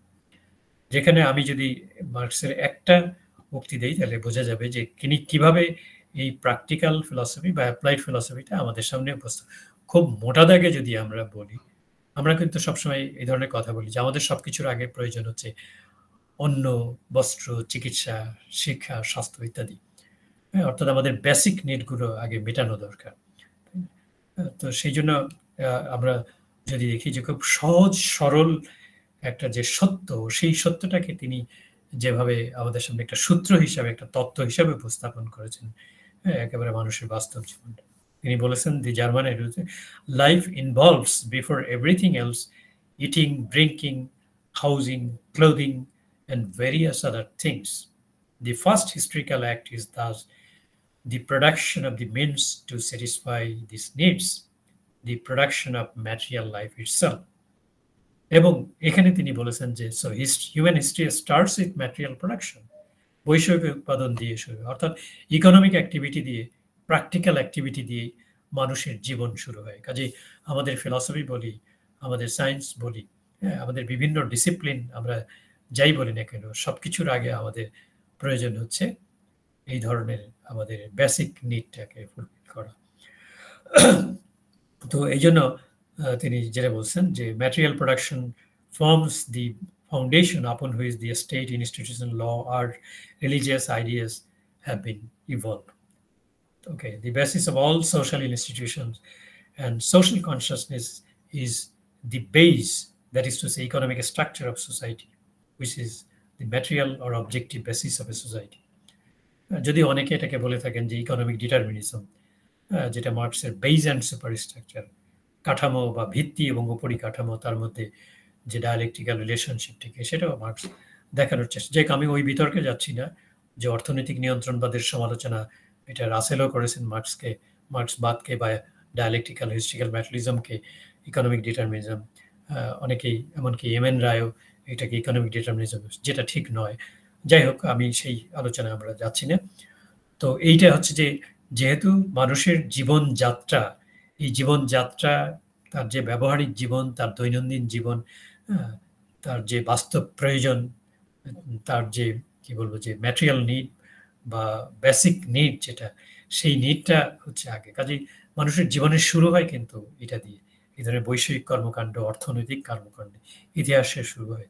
তারপরে মানুষ তার থেকেই অন্যান্য সবকিছুর, কাজেই বাকিগুলো হচ্ছে সবই সুপারস্ট্রাকচারাল অ্যাসপেক্ট। তো এইভাবে দেখিয়েছেন। এরপরে তো আমরা অর্থনীতির উপরে কখন জোর দিলেন, আমরা দেখলাম যে সেই 1859 সালে তিনি কন্ট্রিবিউশন টু দি ক্রিটিক্যাল। তারপরে তিনি 1848 সালে, 44-এর পরে তিনি 46-এর পরে তিনি 48 সালে manifesto of the communist party হ্যাঁ, সেটা পলিটিক্যাল ফিলসফি, আপনারা জানেন থিওরি অফ ক্লাসেস, সেগুলো সোশ্যাল লিবারেশন, যেটার অ্যাপ্লিকেশন বিভিন্ন সমাজের মধ্যে বিভিন্ন বিপ্লবের ক্ষেত্রে হয়েছে, যেখানে আমরা দেখব যে তার সমাজতন্ত্রের ধারণা রয়েছে। এবং সেখানে থিওরি অফ মূল তত্ত্বটা হচ্ছে থিওরি অফ ক্লাসেস স্ট্রাগল, এবং তার মধ্যে দিয়ে কিভাবে সমাজ বিপ্লবের যে দিক নির্দেশনাটা তিনি দিয়েছেন।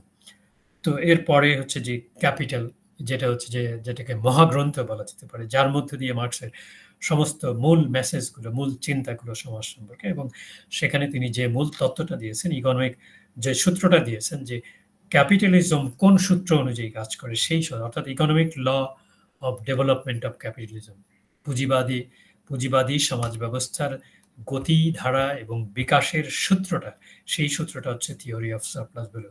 এবং কিভাবে এই থিওরি অফ এই সারপ্লাস ভ্যালুর মধ্যে দিয়ে অ্যাপ্রোপ্রিয়েশন অফ সারপ্লাস ভ্যালু থেকে কিভাবে এক্সপ্লয়টেশনটা হয়, অর্থাৎ মানে উদ্বৃত্ত মূল্য আত্মসাতের মধ্য দিয়ে কিভাবে সমাজের মধ্যে শোষণটা হয়, পুঁজিবাদী শোষণটা, এবং এই শোষণ থেকে উত্তরণের পথ কি, ইত্যাদি ইত্যাদি তিনি দিয়েছেন। অর্থাৎ তিনি ক্যাপিটালিজম তার সময়কার যে পুঁজিবাদ, সেইটাকে সেই ক্যাপিটালিজমের তিনি ব্যাখ্যাটা দিয়েছেন। তো আমি যেটা খুবই সংক্ষেপে বলে আমি শেষ করছি এই কথাটা বলে, যে মানব ইতিহাসের শুরু মার্কস যেভাবে দেখেছেন যে মানব ইতিহাসের শুরু বৈষয়িক উৎপাদন দিয়ে, এবং এই বৈষয়িক প্রয়োজন থেকে মানুষ প্রথমে উৎপাদনের কাজে যায় এবং আস্তে আস্তে এই কাজ সম্পর্কে সে ধ্যান ধারণা লাভ করে। কাজে যেটা আমরা আগেই বললাম যে যেটা হচ্ছে যে মার্কস তার বস্তুবাদকে যে সমাজের ক্ষেত্রে প্রয়োগ করেছেন, যেই অর্থে আমরা এটাকে প্রায়োগিক দর্শন বলে থাকি, কাজে তার সামনে ছিল যে পুঁজিবাদী সমাজ, তিনি এই সমাজের প্রকৃতি বিশ্লেষণ করে তার গতি ও বিকাশের নিয়ম আবিষ্কার করলেন, যার একটা চূড়ান্ত রূপ আমরা ক্যাপিটাল গ্রন্থের মধ্যে দেখতে পাই। কাজে পুঁজিবাদী সমাজের এই নিয়ম, যেটা তিনি উদ্বৃত্ত মূল্যের নিয়ম বললেন, এবং সেখানে তিনি দেখালেন যে দুটো পরস্পর শ্রেণী বিদ্যমান, পুঁজিপতি শ্রেণী এবং শ্রমিক শ্রেণী। পুঁজিপতিদের সাথে শ্রমিকের সম্পর্ক এখানে বৈষম্যমূলক, শোষণমূলক। শ্রমিক তার শ্রমশক্তি দিয়ে উদ্বৃত্ত মূল্য সৃষ্টি করে এবং পুঁজিবাদী ব্যবস্থার নিয়মে, অর্থাৎ যে বিনিময়ের নিয়ম, পুঁজিবাদী ব্যবস্থার যে নিয়ম, সেই অনুযায়ী তা পুঁজিপতির পকেটস্থ হয়। শুধু তাই নয়, শ্রমিকের শ্রমশক্তি যুক্ত হয় পণ্যে, তার নিজের থাকে না। নিজের শ্রমশক্তি দ্বারা উৎপাদিত পণ্য থেকে সে তার অধিকার হারায়। এভাবে শ্রমিক নিঃস্ব হয়ে পড়ে, বিচ্ছিন্নতার সমস্যায় নিপতিত হয়। কাজে এই যে দেখতে পাচ্ছেন, আমি আগে যে কথাটা বললাম যে শোষণ ও বিচ্ছিন্নতা পুঁজিবাদী সমাজের দুটো প্রধান সমস্যা। এবং এই সমাজের মূলে কি? মূলে রয়েছে পুঁজিবাদী সমাজের ইনহেরেন্ট কন্ট্রাডিকশন বা অভ্যন্তরীণ দ্বন্দ্ব। এই দ্বন্দ্বটা হচ্ছে পুঁজি এবং শ্রমের দ্বন্দ্ব। সম্পত্তিতে ব্যক্তি মালিকানার সাথে উৎপাদনের সামাজিক চরিত্রের দ্বন্দ্ব, অর্থাৎ উৎপাদনটা হচ্ছে সামাজিকভাবে, কিন্তু মালিকানাটা থেকে যাচ্ছে ব্যক্তিগত। আজ এই সম্পত্তিতে ব্যক্তি মালিকানার কারণেই সমাজে এই অর্থনৈতিক বৈষম্যটার সৃষ্টি হয়। কাজে মার্কস এই অর্থনৈতিক বৈষম্য থেকে পুঁজিবাদী সমাজ ব্যবস্থার প্রেক্ষিতে মানুষের মুক্তির পথ দেখিয়েছে। মুক্তি কেন দরকার? যেহেতু মানুষ সামাজিক সংকটে আছে। সংকটের মূল কারণ কি? সম্পত্তিতে ব্যক্তি মালিকানা। এবং বৈষম্যের থেকে মুক্তির উপায় কি? উপায় হচ্ছে সমাজের মৌলিক বা গুণগত পরিবর্তন, এবং এই পরিবর্তনই হলো সমাজ বিপ্লবের মাধ্যমে সংগঠিত সমাজ পরিবর্তন বা রূপান্তরের মাধ্যমে সমাজ পরিবর্তন। এবং আমি যেটা দিয়ে শুরু করেছিলাম যে ফয়েরবাখ সম্বন্ধে 11 নম্বর থিসিস, সেই থিসিসেই মার্কস এই পরিবর্তন ইঙ্গিত দিয়েছেন যে এখন আমাদের প্রয়োজন জগৎটাকে পরিবর্তন করা। কাজেই তার মতে মানুষের মুক্তির প্রথম পর্যায়ই হলো অর্থনৈতিক বৈষম্য থেকে মুক্তি, অর্থনৈতিক ক্ষেত্রে অসমতা দূর করে সমতা প্রতিষ্ঠা করা। এবং এটাই হচ্ছে মার্কসের যে প্রায়োগিক দর্শন বা ব্যবহারিক দর্শনের মূল কথা, বা তার যে বার্তা, তার যে মর্মকথা বলে আমার কাছে মনে হয়েছে। যদিও আমরা জানি প্রফেসর সন্তোষ কুমার পালও এর আগে অ্যাপ্লাইড ফিলসফি নিয়ে আলোচনা করেছেন, এবং সেখানেও দু একটা কথা বলেছি, আলাপ করেছিলাম, যে আসলে অ্যাপ্লাইড ফিলসফি বলতে এখন আমরা যেটা দেখতে পাই মূলত এথিক্স সেন্টার্ড বা মরালিটি সেন্টার্ড, নীতি নৈতিকতা বিষয়ক সমস্যা কেন্দ্রিক। যতগুলো আমরা অ্যাপ্লাইড ফিলসফির যে সাবজেক্ট ম্যাটার, যে বিষয়বস্তু, যে ইস্যুসগুলো আলোচনা করি, এগুলো হচ্ছে এথিক্স সেন্টার্ড। পরবর্তীতে হয়তো আমি কোনো সময় পেলে দেখবো যে Marxism as applied philosophy is quite different from ethics oriented applied philosophy, that is to say recent applied philosophy. অসংখ্য ধন্যবাদ আপনাদেরকে। দীর্ঘক্ষণ আমি কথা বললাম, আপনাদের ধৈর্যচ্যুতি যাতে না ঘটে সেই জন্য আমি এখানেই আমার আলোচনায় মানে আপাতত শেষ করছি। যদি আপনাদের নিশ্চয়ই আপনাদের আলোচনা শুনবো, আপনাদের মতামত মন্তব্য শুনবো, আপনাদের প্রশ্ন শুনবো এবং ভবিষ্যতে সেগুলো আমরা নিয়ে আরো চিন্তা ভাবনা করবো। ধন্যবাদ সবাইকে। জি হ্যাঁ, স্যারকে অসংখ্য ধন্যবাদ, হারুন স্যারকে, আমাদের আজকে মূল বক্তা। খুব সুন্দরভাবে মার্ক্সবাদকে আমরা কিভাবে প্রায়োগিক দর্শন বা ফলিত দর্শন হিসাবে দেখব তার বিচার বিশ্লেষণ একটা আউটলাইন দেওয়ার চেষ্টা করলেন। এখানে অনেক ধরনের টপিক, অনেক ধরনের বিষয় আছে যেগুলোকে একটি আলোচনার মধ্যে কখনোই আসা সম্ভব নয়। উনি একটা জেনারেল আইডিয়া দেওয়ার চেষ্টা করেছেন এবং সুন্দরভাবে সেটা করেছেন। স্যারকে অসংখ্য ধন্যবাদ। এখানে আমি একটা জিনিস দিয়ে শুরু করছি, মানে আলোচনা শুরু করব, যে আমার বাড়িতে যে কাজের মেয়েটি কাজ করে তার স্বামীরা দুই ভাই, দুজনই ড্রাগ এডিক্ট। বাড়ির যা কিছু করতে হয় ওই মেয়েটিকেই সবকিছু, মানে ওই কয়েক বাড়িতে কাজ করে সেটা করতে হয়, খাবার জোগাড়ের ব্যবস্থা করতে হয়, সবকিছু করতে হয়, ওদের ড্রাগের পয়সা পর্যন্ত দিতে হয়। এবারে বড়জন মারা গেছে এই কয়েকদিন আগে, এই দিন 20 আগে। মারা যাওয়ার পরে যে পারলৌকিক ক্রিয়া, যারা এই অবস্থায় আছে তাদের পারলৌকিক ক্রিয়াটা এত বেশি গুরুত্বপূর্ণ যে তাকে আবার 1010 টাকা ধার করতে হয়েছে। আমার বাড়ি থেকে গ্যাস সিলিন্ডার নিয়ে গিয়ে অন্তত পক্ষে 50 জন লোককে খাওয়াতে হয়েছে। আমি শুধু এটুকুই বলছি যে আমাদের জীবনের যে মৌলিক প্রয়োজনগুলো, সেগুলোকে দর্শন কখনোই ততটা গুরুত্ব দেয়নি যতটা গুরুত্ব দিয়েছে পরজগৎ সম্পর্কে আলোচনায়। আমাদের আদর্শ, পরজগৎ, এই সব সম্পর্কিত আলোচনায় যত বেশি গুরুত্ব দিয়েছে, যত বেশি মনোযোগ দিয়েছে, আমাদের মুক্ত জীবনের সমস্যাগুলো সমাধানে কিন্তু ততটা গুরুত্ব দেয়নি। সেই জায়গা থেকে কিন্তু মার্ক্সের সামনে আসা এবং সেখান থেকে আমরা ফলিত দর্শনের সূত্রটা পাচ্ছি। এখানে আমি শুধু দুটি কথা বলে আলোচনা শুরু করবেন আপনারা। একটি কথা হচ্ছে যে দর্শনের দিক থেকে ভাবলে তো দুটো জিনিস এখানে গুরুত্বপূর্ণ, একটা বস্তুবাদ, একটা ডায়ালেকটিক্স। ডায়ালেকটিক্স নিয়ে খুব একটা মতবিরোধ নেই, হ্যাঁ, ডায়ালেকটিক্স নিয়ে খুব একটা মতবিরোধ নেই। ডায়ালেকটিক্যাল রিজনিংটা কিরকম, অ্যানালিটিক্যাল রিজনিংটার সঙ্গে যদি কম্পেয়ার করি তাহলে পার্থক্যটা বুঝতে পারবো। অ্যানালিটিক্যাল রিজনিং কি করে, একটা বিষয়কে, একটা কনসেপ্ট বা একটা অবজেক্টকে অনেকগুলো পার্টে ভাগ করে তাকে বোঝার চেষ্টা করে এবং মনে করে পার্টগুলোকে প্লাস দিয়ে দিয়ে যোগ করলেই আমি টোটালিটিতে চলে আসবো। কিন্তু ডায়ালেকটিক্স বলে যে অ্যানালিটিক্যাল রিজনিং দিয়ে গতিটাকে ঠিকভাবে বোঝা যায় না। সেই জন্য মার্ক্স এখানে যে বস্তুর কথা বলছেন, সেই বস্তু হচ্ছে ম্যাটার ইন মোশন। কোনো মেটাফিজিক্যাল অ্যাবস্ট্রাক্ট ইনার্ট কোনো বস্তুর কথা তিনি বলেননি। সেটা কিন্তু খুব গুরুত্বপূর্ণ একটা বিষয়, আমাদের খেয়াল রাখতে হবে।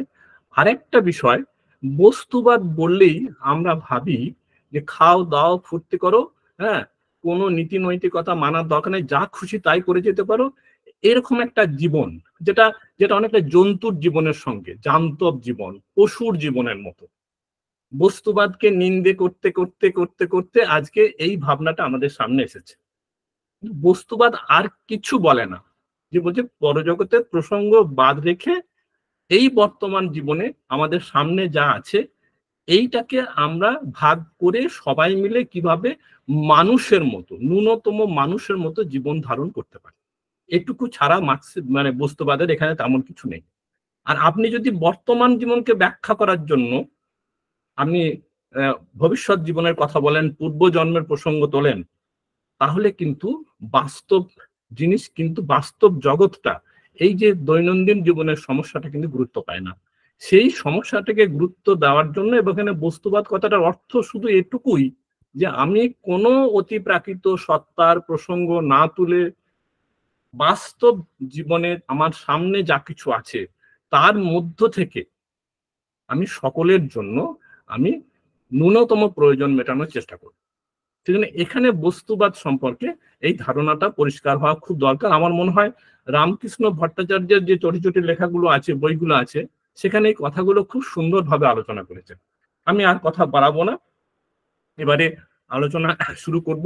আমি এখানে একটু আমার একটি মানে সমস্যা হয়েছে, আমাকে বাড়িতে একজন এসেছে, আমি একটু কথা বলবো। আমি তপনকে বলবো এই আলোচনাটা একটু চালিয়ে নিতে। তপন, তার আগে আমি ঠিক আছে স্যার। হ্যাঁ, আমি দুটো কথা বলবো। আমাদের জাহাঙ্গীরনগর বিশ্ববিদ্যালয় থেকে আজকে প্রথম জয়েন করেছেন জাকির সাহেব। জাকির সাহেবকে অসংখ্য ধন্যবাদ আমাদের সঙ্গে যোগ করার জন্য। আর মন্দিরা চৌধুরী আমাদের আগেও একবার ছিলেন অন্য একটা প্রোগ্রামে, ওনাকেও আমরা স্বাগত জানাচ্ছি। আর বাকিরা তো সব আমাদেরই ঘরের লোক আর কি, সে অর্থে। হ্যাঁ, আমি প্রথমে বলবো জাকির সাহেব যদি দুটো কথা বলেন। তপন, তুমি একটু দেখো, আমাদের বুটার একটা মিটিং আছে, দুটি কথা বলে আমি আবার। তপন, আমি আছি স্যার, আমি আছি স্যার। জাকির সাহেব রয়েছেন? আপনারা তো শুনলেন, আমাদের স্যার একটু জাস্ট ব্যস্ত হয়েছেন, তো জাকির সাহেবকে স্যার অনুরোধ করে গেছেন। জাকির সাহেব যদি থেকে থাকেন, একটু যদি আপনার অবজারভেশন রাখেন আমাদের হারুন স্যারের এই বক্তব্যের পরিপ্রেক্ষিতে, তাহলে আমরা আলোচিত হব। শোনা যাচ্ছে? জাকির সাহেব বোধহয় এখন আপাতত লাইনে নেই। মন্দিরা ম্যাডাম আছেন? হ্যালো, আছেন? মন্দিরা ম্যাডাম আছেন? হ্যাঁ, মন্দিরা ম্যাডাম যদি একটু বলেন আর কি। Oh, thank you very much, sir. Assalamu alaikum and good evening to everybody. আমি আসলে একটু বেশ দেরিতে জয়েন করেছি, যে কারণে আমি স্যারের পুরো আলোচনাটা শোনার সুযোগ পাইনি। স্যারের বিষয়ে প্রশ্ন কিংবা আলোচনা দুটোতেই স্যার আসলে এমন ভাবে আলোচনা করেন যে সেখানেই দাঁড়িয়ে পড়ে যায়।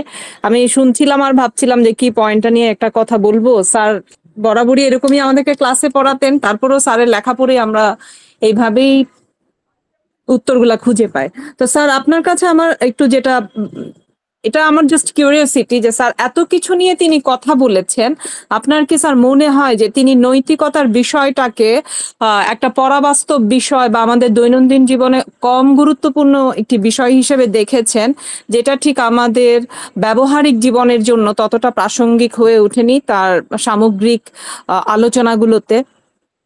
স্যার, এই জায়গাটাতে যদি আপনি একটু আপনার মতটা প্রকাশ করেন স্যার। Thank you sir. অসংখ্য ধন্যবাদ মন্দিরা। তো আমি কি সব কথা পরে বলবো এগুলো? তপন বাবু, একসাথে আলোচনা চলুক এবং এই প্রশ্নগুলো থাকুক নাকি? স্যার প্রশ্ন হোক না, প্রশ্ন হোক, তারপরে একসাথে আমরা কথা বলি। ঠিক আছে। আর যদি কেউ প্রশ্ন করেন।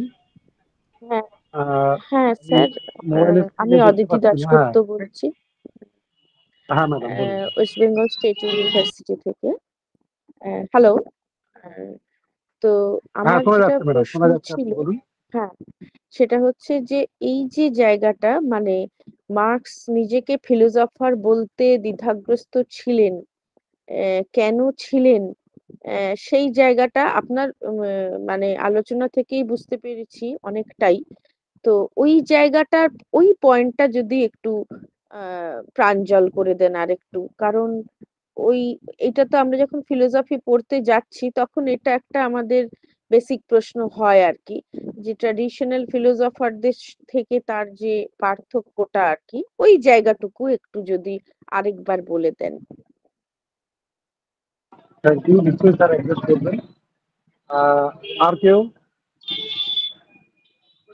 একটু মানে আনমিউট করে নিজের পরিচয় দিয়ে আপনার অবজারভেশন বা কোয়ারিজ রাখবেন please. Doctor Sanjay Kumar. Yes, sir.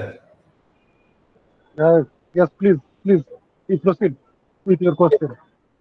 Just I wanted to understand, sir, that Marx has some may have supported violence as a means for achieving the goals of equality. So in this 21st century, in a very democratic world, how could we defend his endorsement for violence? Is it possible to defend the violence? And if not, then how would you go with this methodology? Yes, sir. Very good. Yes. Thank you. Again, I'm requesting some other person.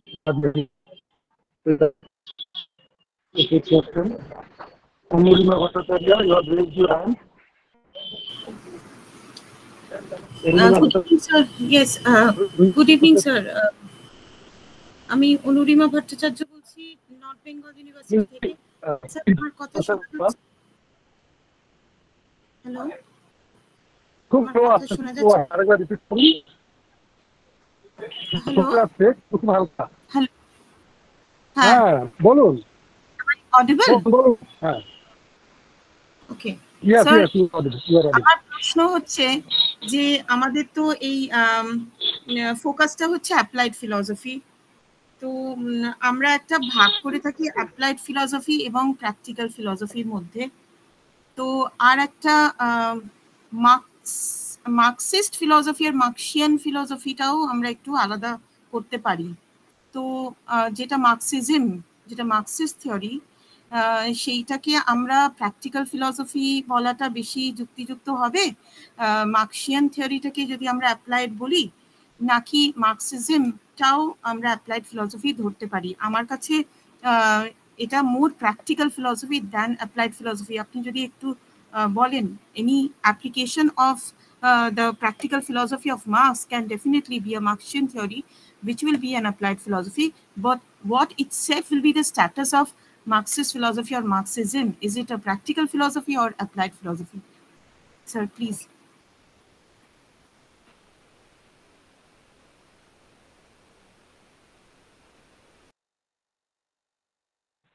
Thank you.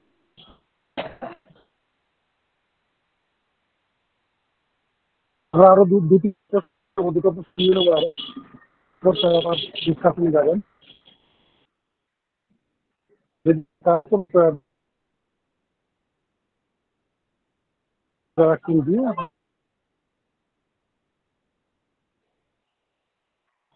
Hello,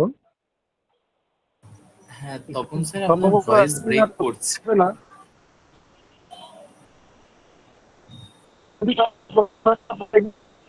hello hello, হ্যাঁ sir, আপনার voice break করছে।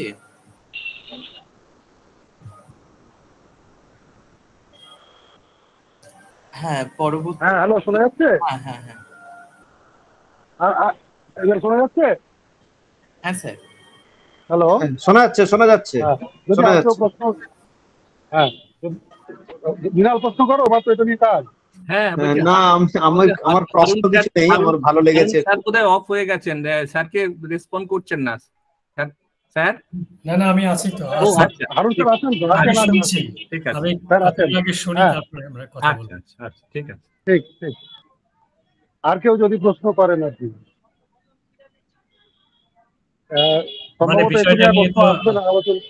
একটু মন্তব্য আলোচনা করতে করতে হয়তো আরো প্রশ্ন আসবে। এখন একটু আলোচনা। অদিতি ম্যাডাম হাত তুলেছেন, অদিতি ম্যাডাম, অদিতি দাসগুপ্ত প্রশ্ন করে দিয়েছেন। আমার প্রশ্ন হয়ে গেছে। প্রশ্ন করে দিয়েছেন তো? স্যার এই দুটো উত্তর হোক, তারপরে যদি এর মধ্যে কিছু প্রশ্ন আসে। স্যার ওকে, অনেক ধন্যবাদ যারা এখানে, যাদের মনে প্রশ্ন জেগেছে মার্ক্সবাদ নিয়ে, এবং তার প্রশ্নের মধ্যে এগুলোর বোঝার জন্য তো, এগুলো আলাপ করার জন্য অনেক সময় লাগে, কিন্তু আমি খুবই অল্প কথায় আমি যেটা বুঝি সেটাই বলছি। প্রথমত মার্ক্সীয় নৈতিকতা নিয়ে আমাদের মন্দিরা চৌধুরী বলছে যে মার্ক্সবাদ কি নৈতিকতাকে একেবারেই বর্জন করে কিনা। এখন মার্ক্সবাদকে ওই অর্থে, মার্ক্সবাদের যে ব্যাখ্যা বিশ্লেষণ, সেটা কোনো নৈতিক ভিত্তির উপরে প্রতিষ্ঠিত নয়। মার্ক্সবাদের ভিত্তিটা হচ্ছে বস্তুবাদী ভিত্তি, ম্যাটেরিয়ালিস্টিক ইন্টারপ্রিটেশন অফ হিস্ট্রি আমি যেটা বলছি, অর্থাৎ নৈতিকতার যে ব্যাপারটা সেটাকে কোনো একটা নৈতিক মানদণ্ড দিয়ে, সাধারণভাবে আমরা যেটা বলি কোনো একটা মরাল স্ট্যান্ডার্ড বা মানদণ্ড দিয়ে সমাজকে ব্যাখ্যা করা বোঝা ইত্যাদি ইত্যাদি। তো এখন মার্কসের মানে এটা একটা আলাদা আলোচনারই বিষয়।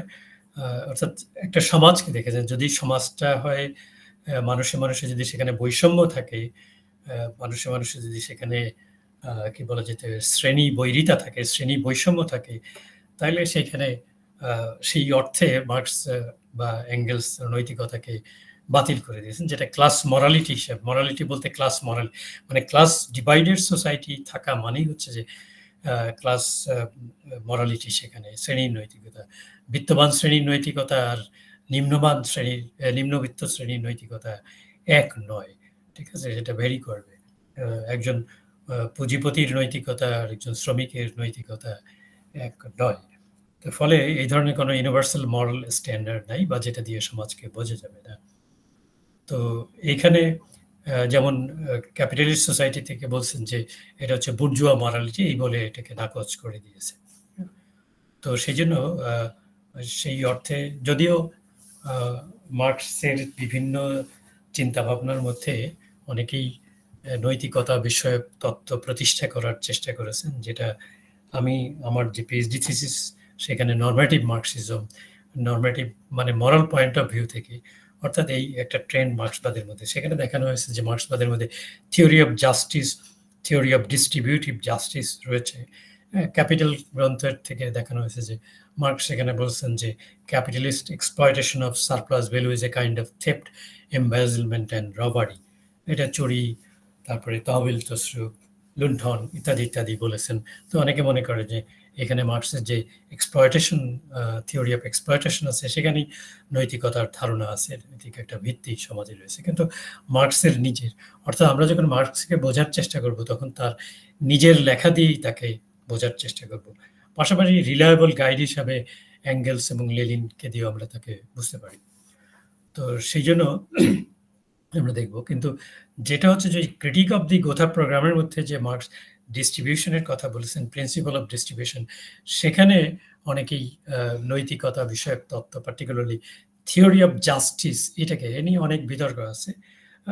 Making sense of Marxian concept of justice, এটা ইন্ডিয়ান ফিলসফিক্যাল কোয়ার্টারলিতে বহু আমি আগে একটা লেখা লিখেছিলাম। তো আমি দেখেছিলাম যে মার্কস নিজে কখনো তার যে মতবাদ, তার তত্ত্বকে কোনো নৈতিকতা ধারণা দিয়ে বা নৈতিক কোনো ভিত্তি তিনি প্রতিষ্ঠা করেননি। He provides a scientific interpretation of society. Scientific বলতে এখানে ম্যাটেরিয়ালিস্টিক ইন্টারপ্রিটেশন অফ সোসাইটি, বস্তুবাদী ব্যাখ্যা তিনি দাঁড় করিয়েছেন। তো সেই অর্থে কোনো নৈতিক ভিত্তি মার্কস দেননি। কিন্তু অনেকে এই নৈতিকতা বিষয়ক তত্ত্ব বা মতবাদ এই নিয়ে অনেক বিতর্ক রয়েছে। গত প্রায় 3-4 দশক ধরে এই বিতর্কগুলো চলতেছে। মার্কসের মধ্যে কোনো থিওরি অফ জাস্টিস বা থিওরি অফ মরালিটি আছে কিনা। আমাকে জিজ্ঞেস করলে আমি বলবো যে মার্কসের নিজের লেখা থেকে তিনি, কারণ সমাজের মধ্যে যদি নৈতিক ভিত্তিতে সমাজকে বিশ্লেষণ করা হয় তাহলে আমরা যাব রিফর্মের দিকে, যে মানুষের এই যে ভালো মন্দ, ন্যায় অন্যায়, আমরা তো জানি সাধারণভাবে এগুলো। তো এখন আমরা যদি দেখি যে সমাজটাকে কিভাবে এই যে মন্দ যে সমাজ রয়েছে, যে মধ্যে অশুভ জিনিস আছে, এটাকে এখন যদি আমরা ধরে নিই যে এখানে কারা ক্ষমতায় আছে, বলে ক্ষমতায় আছে, তাদেরকে আমরা ক্ষমতা থেকে সরে যেতে বলি, তারা কি সরে যাবে? যদি আমি বলি যে আপনি যে স্বৈরাচারী আচরণ করছেন, অগণতান্ত্রিক আচরণ করছেন, আপনি ক্ষমতা ছেড়ে, বা আপনি যে সম্পত্তি দখল করে রেখেছেন সম্পত্তি ছেড়ে দেন, তো এইভাবে বললে তো আর ছেড়ে দিবে না। তো সেই জন্যই আমরা মার্কস কিন্তু কোনো ওই ধরনের মানে রিফর্মের কথা বলেননি, কারণ সমাজ একটা পর্যায়ে এমন জায়গায় চলে যায় সেটা রিফর্ম করা, বৈষম্যটা যখন বাড়তে থাকে সমাজের মধ্যে, মানুষের মানুষের বৈষম্য, তখন আর তা থেকে পরিত্রাণের অন্য কোনো সংস্কার দিয়ে, যেমন পুঁজিবাদী ব্যবস্থার মধ্যে এই যে আমলাতন্ত্র, এই যে পুঁজিবাদী যে তথাকথিত পুঁজিবাদী গণতন্ত্রের ধারণা, এগুলো সবই হচ্ছে একটা শ্রেণীর জন্য। এখানে আপনি গণতন্ত্র বলেন, অধিকার বলেন, স্বাধীনতা বলেন, এগুলোই বিত্তবান শ্রেণী তারাই বেশি ভোগ করে। সেই জন্য মার্কস যেটা বলেছেন যে এটা থেকে মুক্তির একমাত্র পথ হচ্ছে বিপ্লব। কাজেই সেই জন্য আমরা যদি নৈতিক কোনো ভিত্তি দাঁড় করাই, অর্থাৎ এই ধরনের একটা শ্রেণী বিভক্ত সমাজে, তাহলে সেটা একটা রিফর্মের ব্যাপার হবে। তো রিফর্ম তো কোনো না কোনোভাবে হচ্ছে, কিন্তু তাতে তো বৈষম্য দূর হচ্ছে না, আমাদের যে সংকট সেটা দূর হচ্ছে না। এটা হচ্ছে একটা নৈতিকতার সম্পর্কে। আরও বিস্তারিত আমি আর আলাপ করছি না। এই ট্রেডিশনাল ফিলসফির সাথে মার্ক্সবাদের কি পার্থক্য, সেটা তো আমি আমার আলোচনায় কিছুটা তুলে ধরার চেষ্টা করছি, যে এখন এটাকে প্র্যাকটিক্যাল ফিলসফি বলা যাবে কিনা বা অ্যাপ্লাইড ফিলসফি বলা যাবে কিনা। আমি তো মনে করি যে প্র্যাকটিক্যাল আর অ্যাপ্লাইড ফিলসফির মধ্যে তেমন কোনো বড় ধরনের কোনো পার্থক্য আমি দেখি না। হ্যাঁ, বলতে পারেন যে অ্যাপ্লাইড মানে একেবারেই সরাসরি এটা প্রয়োগে নিয়ে যাওয়া। তো এই প্রয়োগে নিয়ে যাওয়ার প্রয়োগের ব্যাপারে তো মার্কস বলেছেন। কাজেই মার্কস এর এটাকে অ্যাপ্লাইড ফিলসফি, যেমন পিটার সিঙ্গার তার বইটার নামই রেখেছেন কি অ্যাপ্লাইড এথিক্স, যেটাকে আমাদের এখানে অনুবাদ করা হয়েছে ব্যবহারিক নীতিবিদ্যা। তো এখন ইংরেজিতে প্র্যাকটিক্যাল এবং অ্যাপ্লাইড, কিন্তু তার মূল কথাটা কি, তার এসেন্সটা কি? এসেন্সের দিক থেকে যদি আমি দেখি, তাহলে অ্যাপ্লাইড আর প্র্যাকটিক্যালের মধ্যে প্র্যাকটিক্যাল ইস্যুস বা প্র্যাকটিক্যাল প্রবলেম নিয়ে অ্যাড্রেস করা এবং সেটা ক্ষেত্রে আমার চিন্তাটা, আমার ধারণাটাকে সেই ক্ষেত্রে প্রয়োগ করা এবং সেই প্রয়োগের মধ্যে দিয়ে সেটাকে পরিবর্তন করা বা সেটাকে অ্যাড্রেস করা, সেটা একটা মীমাংসা করা, প্রবলেমটাকে সলভ করা। তো এই জায়গাটাই হচ্ছে সমস্ত। কাজেই প্রচলিত দর্শনের সাথে তো মার্ক্সের পার্থক্য। প্রচলিত দর্শন বা প্রথাসিদ্ধ দর্শন বলতে আমি যেটাকে বোঝানোর চেষ্টা করেছিলাম সেটা হচ্ছে যে এইটা হচ্ছে দর্শন, হচ্ছে দর্শনের যে ডেফিনেশনটা দেওয়া হয় দর্শনকে বোঝায়, এটার কাজই কেবল তত্ত্বগত ব্যাখ্যা বিশ্লেষণ করা, যেটাই মার্ক্স আর ওই ফয়ারবার্গ সম্বন্ধে 11 নম্বর থিসিসে বলেছেন। কাজে এই যে তত্ত্বগত অনুসন্ধান বা ব্যাখ্যা বিশ্লেষণ করা একমাত্র কাজ নয়, কাজ হচ্ছে এটাকে পরিবর্তনের দিক নির্দেশন দেয়। তো এই পরিবর্তনের কাজটা করাটাই হচ্ছে এটা অ্যাপ্লাইড আসপেক্ট অফ ফিলসফি। আমি সেইভাবেই বলার চেষ্টা করেছি। যাই হোক, আমাদের হাতে তো আর বেশি সময় নেই। এরপরে আরেকজন বোধহয় প্রশ্ন করেছেন যে মার্কসিজমকে he attempted to relate it to violence, but Marxism does not believe in violence. Marxist theory of class struggle does not imply that it is a kind of violence, but it attempts to emancipate man by means of violence. So we have to understand the meaning of class struggle, the very nature, philosophical meaning of class struggle আমাদেরকে বুঝতে হবে। আর this very democratic world, আমরা বলছি democratic world, what kind of democracy or democratic world it is. It is a kind of, if I want to provide a close observation, I want to make a close observation on the existing world, I can consider it as a liberal democracy, okay, liberal democratic world, which is nothing but capitalist democratic world. এবং যেখানে আমরা দেখতেই পাচ্ছি যে আজকে সারা বিশ্ব যেখানে which has been turned into a market, এবং সেখানে আমরা দেখতে পাচ্ছি যে কিভাবে সবকিছুই পণ্যে পরিণত হচ্ছে, এমনকি মানুষের জ্ঞান has been turned into commodity. কাজেই এই যে গণতান্ত্রিক যে কথা বলছে, এখানে গণতন্ত্রটা কার, গণতন্ত্র কার স্বার্থে, কে ডমিনেট করছে সেটা আমাকে দেখতে হবে। তো কাজেই সেখানে আমাকে মানে আমি যদি মার্ক্সবাদ দিয়ে বুঝতে চাই, তাহলে তো আমাকে দেখতে হবে এখানে ক্লাসের ব্যাপারটা আসবে, এবং এটা এক ধরনের this kind of democracy is nothing but bourgeois democracy, মানে ওই ক্লাস কনসেপ্টটা এখানে চলে আসছে। কাজেই এখানে এই বুর্জুয়া ডেমোক্রেসি ছাড়াও সোশ্যালিস্ট ডেমোক্রেসির ধারণা রয়েছে। কাজেই সেটাও আমাদেরকে দেখতে হবে, রিলেট করতে হবে যে এখানে কার ডেমোক্রেসি, এটা কি গুটিগত মানুষের ডেমোক্রেসি? আজকে সারা ওয়ার্ল্ডের দিকে দেখেন, পৃথিবীর যেখানে যেখানে আপনার বিভিন্ন জায়গায় দেখেন যে সমস্ত সমস্যাগুলো আছে বিশ্বব্যাপী, সেই সমস্যাগুলোর দিকে এই যে গাজায় যেগুলো হচ্ছে, তো এই সমস্ত দিক দেখলে যে আসলে মানে এইখানে ভায়োলেন্সটা, এই যে এখন যেটা ভায়োলেন্স হচ্ছে, এই যে যুদ্ধের নামে যেটা হচ্ছে ভায়োলেন্স, তো মার্কসিজম কিন্তু সেই ধরনের, মানে আমি যদি মার্কসিস্ট ফিলসফি বা মার্ক্সবাদের যে বিভিন্ন যে তত্ত্ব এবং যেগুলো প্রয়োগে নিয়ে গেছে স্ট্রাগল, এখন আপনার যদি বলেন আর্মস স্ট্রাগলের কথা, এখন এটা পৃথিবীর ইতিহাসে আপনি মার্ক্সবাদ বাদ দিলেও মানুষ তার প্রতিবাদের জায়গা থেকে মানুষ তখন লড়াইয়ে যায়, লড়াই সংগ্রামে যায়। তখন লড়াই সংগ্রামের মধ্যে কিছু এই ধরনের ঘটনা ঘটে আর কি। যুদ্ধ যদি হয়, এখন ধরেন বাংলাদেশের যুদ্ধ হয়েছে, আমাদের 71-এর মুক্তিযুদ্ধ, তো ওই তো অ্যাপ্লাইড ফিলসফিতে জাস্ট ওয়ার থিওরি আছে, এখন এই যুদ্ধটাকে আমি জাস্ট ওয়ার বলবো, ন্যায় যুদ্ধ বলবো, এই বিতর্ক কিন্তু দর্শনের মধ্যে রয়েছে। তো এটা দ্বিতীয় বিশ্বযুদ্ধ কালেও হয়েছে, বা এখনো যেসব জায়গায় হচ্ছে এই যুদ্ধগুলো। কাজে এগুলো আবার মানে মরাল ডাইমেনশন বা মরাল কোয়েশ্চেন।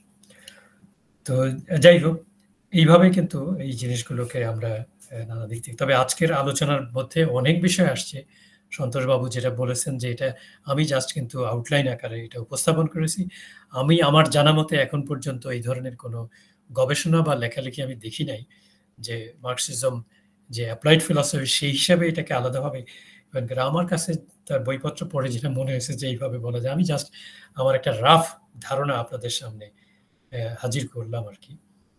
তো এই হচ্ছে, তারপরে এটুকুই আমি আপাতত বলছি। এরপরে যদি আরো কোনো আপনাদের মন্তব্য বা প্রশ্ন থাকে। হ্যাঁ স্যার, সুন্দরভাবে প্রত্যেকটি বিষয় অ্যাড্রেস করলেন। তো বাকি যদি আর কারো কোনো জিজ্ঞাসা থাকে তাহলে আপনারা করতে পারেন।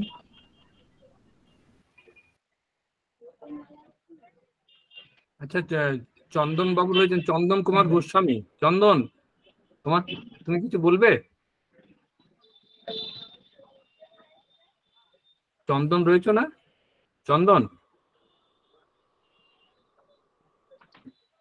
শুনতে পাচ্ছে না। ওকে, আমি দু একটি মানে আমি একটা কথা একটু বলতে চাইছিলাম। আচ্ছা, আমিও দু একটি কথা বলবো। ঠিক আছে, তুমি বলে নাও। আচ্ছা, আপনার তো বলা হলো, তারপরে বলবো। আচ্ছা, হ্যাঁ, আমার এখানে কথা বলার মধ্যে প্রশ্ন নয়, ওই প্রসঙ্গগুলো উঠেছে সেইগুলো সম্পর্কে। একটা হচ্ছে প্র্যাকটিক্যাল ফিলসফি এবং অ্যাপ্লাইড ফিলসফির পার্থক্যটা। মানে এটা পিটার সিঙ্গার বা অন্যদের ক্ষেত্রে দেখেছি দুটোকে প্রায় ইন্টারচেঞ্জেবলি ব্যবহার করেছেন। কোনো জায়গায় কোনো মানে দার্শনিক এগুলোর মধ্যে সূক্ষ্ম পার্থক্য হয়তো করেছেন। আমরা যে অর্থেই বুঝি না কেন, মার্ক্সবাদকে অ্যাপ্লাইড ফিলসফি বা practical philosophy, applied and practical philosophy বলতে বোধহয় কোনো অসুবিধা নেই। একটি কথা। দ্বিতীয় কথা হচ্ছে ভায়োলেন্স সম্পর্কে কথা বলেছেন, স্পোক অ্যাবাউট ভায়োলেন্স। মার্ক্সিজম কিন্তু সমাজের likes to change the society, এবং সোসাইটি চেঞ্জ মিনস অফ প্রোডাকশনের চেঞ্জ, এবং মিনস অফ প্রোডাকশনের if you want to make some change in the means of production, সেখানে owning the means of production is an important thing. এবং তার জন্য we have to take control of the means of production. এবং সেখানে করতে গেলে কিন্তু আমাদের যারা প্রতিপক্ষ আছে, যারা এতদিন ধরে ভোগ দখল করে আছে, যে মুষ্টিমেয় ফিউ মানে ক্যাপিটালিস্ট, তারা কিন্তু সবসময় সহজে ছেড়ে দেবে না। তাদের কাছে যদি আমি গান্ধীজির অহিংসা নিয়ে যাই, যে আমাকে একটা চর মারলে আমি আরেকটা গাল বাড়িয়ে দেবো, তাহলে যে সমস্যার সমাধান হবে তা কিন্তু নয়। কিন্তু প্রশ্নটা হচ্ছে এই ব্যাপারে মার্ক্স কিন্তু কখনো বলছেন না যে ভায়োলেন্স করেই কাজ করতে হবে। এমনকি কিছু ঘটনা ঘটেছিল রাশিয়াতে, সেখানেও কিন্তু পরবর্তীকালে লেনিন তাকে তিরস্কার করেছিলেন যে এই ধরনের বিষয়, এই ধরনের কোনো ভায়োলেন্স ব্যবহার করা যাবে না। কিন্তু এখানে প্রশ্ন হচ্ছে আমার প্রতিপক্ষ আমার সঙ্গে কি আচরণ করবে তার উপরে নির্ভর করবে যে আমি ন্যায় যুদ্ধে যাব কি যাব না। ন্যায় যুদ্ধ তো খুব ভালো জিনিস নয়, যাব কি যাব না। এবং সেজন্য তার উত্তর আজকেই এখনই সব ঠিক হয়ে যাবে এমনটি নয়, সেটা পরিস্থিতির উপর অনেক কিছু নির্ভর করবে। আরেকটি কথা এখানে বলার আছে এথিক্সের ব্যাপারে। এথিক্স, ওই একই প্রসঙ্গেই কথাগুলো উঠছে, এথিক্সের প্রশ্নটা, যে এথিক্স আছে কি নেই।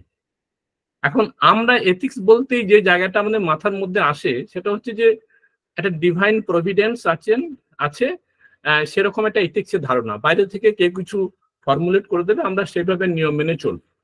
এই যে আমি ঈশ্বর বা ওই ধরনের কোনো কনসেপ্ট বা গড হেড কারোকে মাথায় রেখে যে এথিক্স আমরা যেটাকে বলতে পারি রিলিজিয়াস এথিক্স বা ডিভাইন কমান্ড থিওরি, সেগুলো যে ঠিক নয় সেটা কান্ট তার প্রমাণ দিয়ে গেছেন।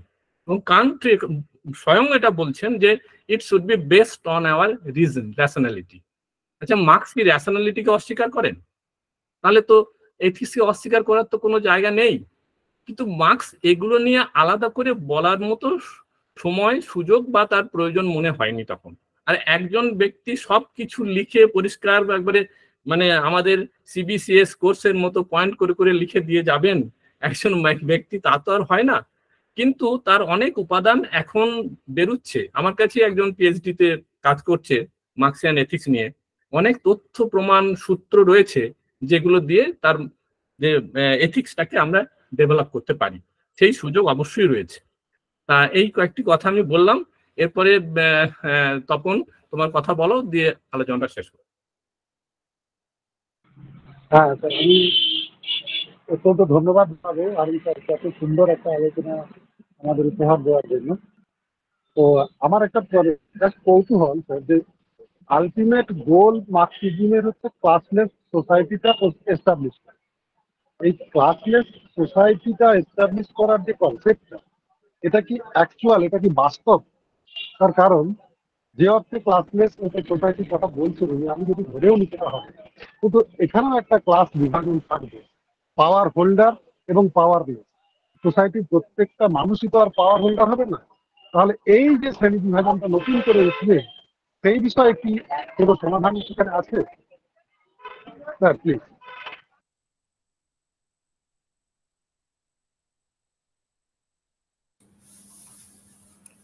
ধন্যবাদ তপন বাবু।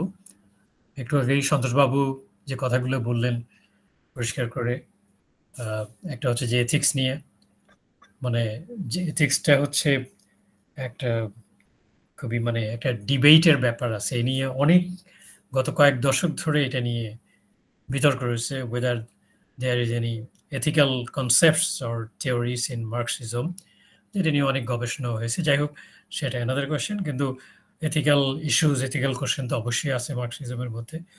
যেটা আমিও বলছি যে তার মানে যে ধারণা, কমিউনিজমের আইডিয়া যে দেখেছেন, ডিস্ট্রিবিউশনের যে প্রিন্সিপালের কথা তিনি বলেছেন, তার ক্রিটিক অফ ক্যাপিটালিজম, পুঁজিবাদের যে সমালোচনা করেছেন যেভাবে, সেখানেও তার মরাল কনসেপ্ট বা এথিক্যাল কনসেপ্ট আছে। এবং এটা ঠিকই যে মার্কস যখন তিনি যখন এই বিশ্লেষণগুলো দাঁড় করান, তখন তার সামনে প্রধানত অর্থনীতি বিষয়ক প্রশ্নটাই বেশি গুরুত্বপূর্ণ এবং সেটাই মোর প্র্যাকটিক্যাল এবং অ্যাপ্লাইড ইস্যুস ছিল, সেইটা সমাধানের চেষ্টা তিনি করেছেন সবকিছু। কিন্তু আর্লি রাইটিংসের মধ্যে তার এগুলো কিছু কথা আছে। তো এইটা এখন তপনবাবু যেটা বললেন যে এটা কি সম্ভব কিনা, মানে মার্ক্সবাদের যে মূল লক্ষ্য, সেটা তো আপনি বললেন যে মূল লক্ষ্য যেটা একটা কমিউনিজম প্রতিষ্ঠা করা, সেটা কি বাস্তবে সম্ভব?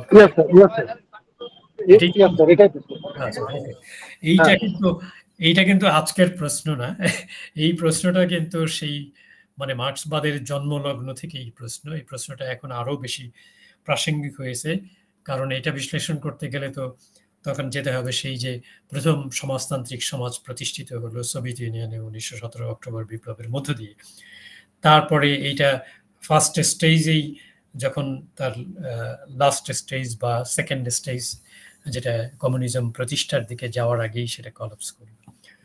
তো এখন মার্কস কিন্তু এই ধরনের যে একটা স্বপ্ন দেখেছিলেন বা এই ধরনের সমাজের ইঙ্গিত দিয়েছিলেন, তার মূল মানে যে সারমর্ম কি, সার কথাটা ছিল কি, উনি চাচ্ছিলেন একটা, আপনি যেটা বললেন যে শ্রেণীহীন সমাজ কি আদৌ সম্ভব কিনা। এখন এটা অনেকেই বলতেছে এটা একটা ইউটোপিয়া, যে এরকম একটা কমিউনিজম প্রতিষ্ঠা হবে যেখানে সম্পদের প্রাচুর্য থাকবে, যেটা প্রত্যেকটা মানুষ তার যে যোগ্যতা অনুযায়ী সে তার কাজ করবে এবং তার প্রথমে সে তার প্রাপ্যটা পাবে, তার কি বলে কাজ অনুযায়ী সেখানে বন্টনটা হবে, তারপরে প্রয়োজন অনুযায়ী, মানে ফাইনাল স্টেজটা হচ্ছে কমিউনিজম। এবং ফার্স্ট স্টেজটাকেই লেনিন যেটা অক্টোবর বিপ্লবের পরে যেটাকে বললেন যে এটাকে সমাজতন্ত্র হিসেবে তিনি প্রতিষ্ঠা করলেন, ফার্স্ট স্টেজটা, সেখানে নিউ ইকোনমিক পলিসি ইত্যাদি ইত্যাদি এবং ডেমোক্রেটিক সেন্ট্রালাইজেশনের যে ধারণাটা সেটা দিয়েছিলেন। এবং সেইটাই একটা পর্যায়ে গিয়ে, এবং আপনারা জানেন যে পৃথিবীর ইতিহাসে প্রথম সমাজ ব্যবস্থা হচ্ছে এই তৎকালীন সোভিয়েত ইউনিয়ন, যেখানে এই যে বেকার ভাতা, সোশ্যাল ওয়েলফেয়ার, যে সমাজে সামাজিক যে নিরাপত্তা, মেডিকেল ফ্রি, এডুকেশন ফ্রি, এখন যে ওয়েলফেয়ার স্টেটগুলোতে দেওয়া হচ্ছে, সেটা কিন্তু সোভিয়েত ইউনিয়নে প্রথম হয়েছে, বিশেষ করে যে ওয়েলফেয়ারের ধারণা এগুলো। তো যাই হোক, তো এইখানে আমরা দেখতে পাই যে এই পর্যন্ত আমরা গিয়েছি। তো সমাজতন্ত্র তো তখন একটা পর্যায়ে গিয়ে এই অবস্থায় গিয়েছে। এখন আপনি যে প্রশ্নটা উত্থাপন করেছেন সেই প্রশ্ন আমাদেরও প্রশ্ন যে আসলে এটা কি বাস্তবে সম্ভব কিনা, ইউটোপিয়ান কিনা। কিন্তু আমি মনে করি যে এর চাইতেও বেশি গুরুত্বপূর্ণ প্রশ্নটা হচ্ছে যে মানুষের মুক্তি। যদি মানুষ মুক্তি কেন চায়? মানুষের তো সমস্যা রয়েছে, সেই সমস্যা থেকে উত্তরণ ঘটাতে চায়, পরিত্রাণ পেতে চায়। এবং সেই সমস্যার গোড়ায় কোনটা? গোড়ায় ওই যে আমরা বললাম ওই যে ম্যাটেরিয়ালিস্টিক যে ব্যাপারটা, যে সন্তোষবাবু খুব সহজ করে বললেন যে এই যে বস্তুবাদ নিয়েও নানা ধরনের বিভ্রান্তি রয়েছে। এই বস্তুবাদ কিন্তু ওই যে মানে কমন সেন্সের যে বস্তুবাদ সেটা নয়, এটা ফিলসফিক্যাল ম্যাটেরিয়ালিজম, সেটা বোঝাপড়ার ক্ষেত্রেও ব্যাপার রয়েছে আর কি। যাই হোক, সেগুলো একটা আলাদা আলোচনার বিষয়। তো এখন এই যে কমিউনিজমের ধারণা যে মার্কস দিলেন, এটা তো আসলে উনি চাচ্ছিলেন একটা মানবিক সমাজ প্রতিষ্ঠা করা, একটা শোষণ মুক্ত, কারণ শোষণটা এতই বেশি প্রকট ছিল এবং এই শোষণের মূল ছিল মানুষে মানুষে অর্থনৈতিক বৈষম্য। কাজেই বৈষম্য থেকে মুক্তি এখন পুরোপুরি হওয়া যাবে কিনা সেটা আমরা ভবিষ্যতে আমরা দেখব। মানে আমি যদি বলি যে এটা, যেটাকে অনেকে মনে করেন যে এটা একটা প্রেডিকশন, একটা যেটা বিজ্ঞানে করা হয় যে আগামীকাল সূর্য উঠবে এতটার সময়, এটা যেমন আমরা করতে পারি কি কিসের ভিত্তিতে? আমরা on the basis of past experiences, গতকাল উঠছিল, তার আগে উঠছিল, তার আগের দিন উঠেছিল, কাজে আগামীকাল সূর্য উঠবে, law of uniformity of nature.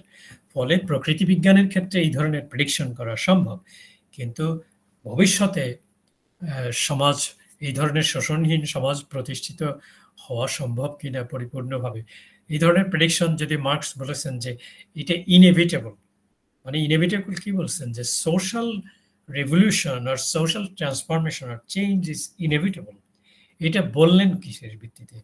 On the basis of the past societies, past class divided society. কাজেই যতদিন সমাজের মধ্যে শ্রেণী বিভাজন থাকবে, শ্রেণী বৈরিতা থাকবে, অর্থনৈতিক বৈষম্য থাকবে, ততদিন কিন্তু মার্কস বা মার্কসিজম বা এই যে থিওরি অফ ক্লাস স্ট্রাগল বা এই যে কমিউনিজমের স্বপ্ন ততদিন কিন্তু প্রাসঙ্গিক থাকবে। হ্যাঁ, ততদিন এটাও টিকে থাকবে। কাজে আপনার সেই জন্যই আমি ভবিষ্যৎবাণী আমরা করব না, কিন্তু ভবিষ্যতে একটা দিক নির্দেশনা আমরা দিতে পারি। মার্কস সেই দিক নির্দেশনাটা দিয়েছেন যে ভবিষ্যতে যদি আপনি বলেন যে এরকম একটা কল্পনা করেছিলেন, আজকে মার্কস জীবিত থাকলে কি হতো সেটা ভিন্ন ব্যাপার। এই সময়ের প্রেক্ষিতে আমরা যে সমস্ত চর্চাগুলো এখন করছি এবং মার্কসবাদের সাথে রিলেট করে দেখার চেষ্টা করছি, এখন তো পৃথিবীটা আর এক নতুন জায়গায় গিয়েছে। কাজেই এখন এই সমস্যাগুলো, এই ইস্যুগুলো, এবং এক এক দেশে, এক এক রাষ্ট্রে, এক এক সমাজে এক এক রকম হবে। কাজেই বাস্তবতা যেমন হবে, বাস্তবতা অনুযায়ী তার পরিবর্তন বা রূপান্তরটা হবে। কাজেই এটা বলা মুশকিল যে একেবারেই এটা হওয়া সম্ভব কিনা, কিন্তু আমরা চাই দীর্ঘদিন মানুষের হাজার হাজার বছরের স্বপ্ন এই ধরনের একটি, এই সমাজটাই হচ্ছে মানুষের কাঙ্ক্ষিত সমাজ, একটা মানবিক সমাজ আমরা চাই, যেই সমাজের স্বপ্ন মানুষ সবসময় দেখে। যেহেতু আমাদের মধ্যে অমানবিকতা আছে, মানুষের মধ্যে অন্যায় আছে, অনৈতিকতা আছে, ফলে এই ধরনের একটা মানবিক সমাজ, আমি মনে করি যে কমিউনিজম সেই ধরনের একটি মানবিক সমাজের ইঙ্গিত দিয়েছে, যেখানে প্রত্যেকটা মানুষ কাজের সুযোগ পাবে এবং যেই সমাজের মধ্যে আয় এবং সম্পদের একটা হাতের 5টা আঙ্গুল সমান হয় না। কাজেই সব মানে এটা কিন্তু ওই ধরনের সমতাবাদী নয়।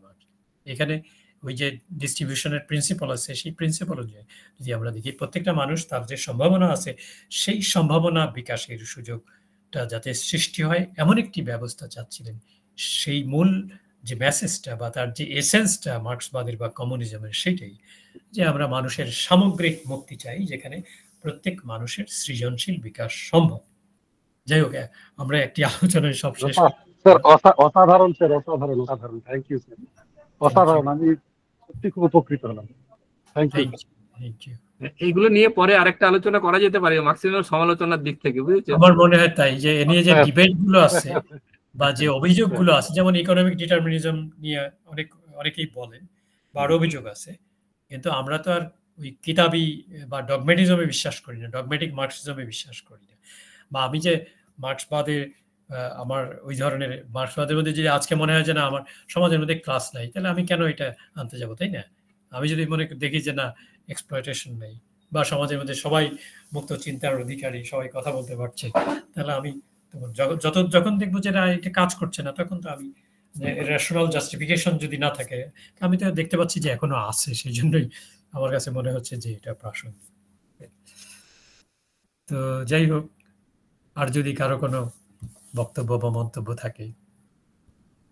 হ্যাঁ, আমার মনে হয় আর সেরকম কোনো প্রশ্ন নেই, আমরা এবারে শেষ করতে পারি, সময়ও বেশি হয়ে গেছে। হ্যাঁ, আমাদের পরবর্তী কোনো আলোচনায় আমরা নিশ্চয়ই এইসব প্রশ্নগুলো তুলবো। আচ্ছা, অরুণিমা ম্যাডাম এখনো হাত তুলে আছেন, কিছু বলবেন? আর আমি একটা জাস্ট একটা কমেন্ট করতে চাইছিলাম, মানে স্যারকে একটা প্রশ্ন করেছিলাম, মানে দর্শনের ছাত্রী হিসেবে আমাদের তো এখন আমরা মার্কসিজমের একটা রিফ্লেকশন করছি এবং নতুন করে মানে মার্কসিজমকে আবার রিরিড করছি। So this is a rereading of Marxism. So definitely there was a hint already given by Marx himself, like his idea of doing philosophy was so unique, and we all agree, we all I mean we are proud of discovering him as an applied philosopher. But amar ekhono kothao ekta mone hocche je there is a very definite difference between thinking of the practical concerns from the philosophical point of view. If I am thinking of the practical concerns as a philosopher or from the philosophical point of view, and if I am applying a theory to some practical concerns, there is a very clean and definite line of difference. So আমি যদি Marxism as a theory সেইটাকে বুঝি, সেই থিওরিটা is concerned with the practical aspects. It is a practical theory definitely. আমি যদি Marxism-এর থিওরিটাকে apply করি, the Marxian approach, we can apply the Marxian approach to several places. The Marxian approach can be dealt definitely as an applied philosophy. But Marxism এরকম পার্থক্য অবশ্যই করা যেতে পারে, হ্যাঁ, পার্থক্য করা যেতে পারে। সেই পার্থক্যটা আমরা সেভাবে ভাবিনি কখনো। আপনি বললেন, আমার এখন এই আলোচনা প্রসঙ্গে হঠাৎ মনে হলো, না আপনি এই জায়গাটা আরেকটু পরিষ্কার করে আমাকে দেবেন, তো এটা নিয়ে আমরা একটু ভাববো যে এই পার্থক্যটা কিভাবে করলে পরে। মানে স্যারের মানে হারুন স্যারের বক্তব্য প্রসঙ্গে আমার শুনতে শুনতে মনে হচ্ছিল যে একটা পরিষ্কার বিভাজন কিন্তু প্র্যাকটিক্যাল এবং অ্যাপ্লাইড এর মধ্যে হতে পারে এইভাবে যে প্র্যাকটিক্যাল ফিলোসফি তো প্র্যাকটিক্যাল কনসার্ন গুলো নিয়ে আমি যদি ফিলোসফিক্যালি ভাবি সেটা প্র্যাকটিক্যাল ফিলোসফি, আর আমি যদি একদম অ্যাপ্লিকেশনের জায়গায় যাই সেটা অ্যাপ্লাইড ফিলোসফি। তো মার্কসিজম তো একটা প্র্যাকটিক্যাল অ্যাসপেক্ট নিয়ে কথা বলছে, তো সেখানে সেই জায়গা থেকে শুধু ইজম যেটা মার্কসিজম যেটা সেটাকে আমরা বোধহয় খুব ডেফিনিট ভাবে প্র্যাকটিক্যাল ফিলোসফি ভাবতে পারি। It is not an applied philosophy. আমি যখন মার্কসিয়ান অ্যাপ্রোচটাকে অ্যাপ্লাই করছি কোথাও, when I'm adopting the Marxian approach and doing applying Marxism, then it is applied philosophy definitely. এটা আমার শুনতে শুনতে মনে হচ্ছিল, আর মনে হলো যে আমরা যখন রিরিড করছি তাহলে আমার যে ভাবনাটা সেটা একটু শেয়ার করি, যে আপনাদেরও মন্তব্য যদি। ঠিক আছে, অবশ্যই আমি এইটাই ভাবনাটা মানে আমি পরে এটা নিয়ে ভাববো। প্রফেসর অরুণিমা, অনেক ধন্যবাদ। আপনি যে প্রশ্নটা করেছেন that is very important philosophical question. আমাদের যেহেতু সময় নাই, আপনি বলছেন যে Marxism whether it can be considered to be মানে আমি অবশ্যই বলবো যে যখন when Marxist theory is being applied, then it becomes applied philosophy. Marxism আপনার যে প্র্যাকটিক্যাল এবং অ্যাপ্লাইড এর মধ্যে সেই অর্থে তো সূক্ষ্ম পার্থক্য আছে। মানে প্র্যাকটিক্যাল ইস্যুস নিয়ে যে কোনো অ্যাপ্লাইড ফিলসফি বলেন, অ্যাপ্লাইড এথিক্স বলেন, যে কোনো এথিক্স অ্যাপ্লাইড ফিলসফি আর অ্যাপ্লাইড এথিক্স, তারা যখন কোনো প্র্যাকটিক্যাল ইস্যুস নিয়ে অ্যাড্রেস করে এবং সেইটাকে যখন অ্যাপ্লাই করতে যায়, ধরেন আপনি মার্কসিস্ট ফিলসফি যখন অ্যাপ্লাই করা হলো আপনার রাশিয়াতে তৎকালীন বা অন্যান্য দেশগুলোতে, ইউরোপের বিভিন্ন দেশে, তখন এটা তো অ্যাপ্লাইড ফিলসফি হয়ে গেল। তো সেটা ঠিক আছে, আমরা সন্তোষবাবু বললেন যে আমরা তো এইভাবে এটা নিয়ে অত ভাবি নাই, এখন আমরা একটা আলাদা আয়োজনও করতে পারি, সেটা তো একটা ফিলসফিক্যাল থিওরিটিক্যাল ডিসকাশন হয়ে যাবে, থিওরিটিক্যাল ডিবেট হয়ে যাবে যে whether Marxism can be considered to be either applied or practical philosophy. ওকে, তো আমরা একই সাথে বলতে পারি it is practical as well as applied philosophy, because in the sense that it deals with practical issues, and in another sense these Marxist ideas or theories are applied in the different practical aspects of our life or practical issues. Okay, তো এটা বলা যায়। অসংখ্য ধন্যবাদ খুব ভালো লাগলো আপনার এই ধরনের একটা অত্যন্ত গুরুত্বপূর্ণ প্রশ্ন, আমার ভালো লেগেছে, আমি ভাববো আর। Thank you sir, thank you sir. আচ্ছা তপন, আমরা তাহলে শেষ করি এবার। হ্যাঁ স্যার, হ্যাঁ হ্যাঁ, এবার শেষ করে আর আগামী দিনে যদি বলেন আর কি সেটাকে। হ্যাঁ হ্যাঁ, আগামী দিন এর পরের 7 তারিখে আমাদের প্রোগ্রামটা একটু বলে রাখি। ডক্টর সঞ্জয় কুমার, কলহান ইউনিভার্সিটি, ঝাড়খণ্ড, উনি একটি বিষয়ের উপর বলবেন, সেটা হচ্ছে যে religion for positive change, exploration of Shri Narayan গুরু। এই বিষয়ের উপর উনি বলবেন। আমাদের উদ্দেশ্য হচ্ছে যে আমাদের এই যে ফোরামটা আছে তাদের সবাইকে অ্যাড্রেস করা, এবং একই সঙ্গে আমাদের ছাত্রছাত্রী যারা আছে, যারা নেট সেট পরীক্ষার জন্য ভাবছে, তাদের সিলেবাসে আছে, দুটোকে মাথায় রেখেই উনি বলবেন সামনের 7 তারিখে। সেইভাবেই আমরা এগুচ্ছি, আমরা 2-1 দিনের মধ্যেই সেটা পরিষ্কার করে জানিয়ে দেবো। তা আজকে আমরা স্যারের আলোচনা শুনলাম, খুব ভালো লাগলো, অনেক প্রশ্ন উঠলো এবং এই প্রশ্ন উঠতে থাকবে। এবং আমি একটা জায়গায় একটা বক্তৃতা দেওয়ার কথা ভেবেছিলাম আর কি, সেটা শেষ পর্যন্ত টেকনিক্যাল কারণে হয়নি, যে এটাকে মার্ক্সবাদকে ফিলসফি বলবো না সায়েন্স বলবো। যে আজকে কিছু প্রশ্ন উঠেছে, যে প্রশ্নের উত্তরগুলো আজকে কমপ্লিট হলো না, আমরা পরবর্তীকালে কোনো বিষয় নিয়ে আমরা আবার এগুলো নিয়ে আলাপ করব। আজকে আমরা এখানেই শেষ করছি। স্যারকে অসংখ্য ধন্যবাদ।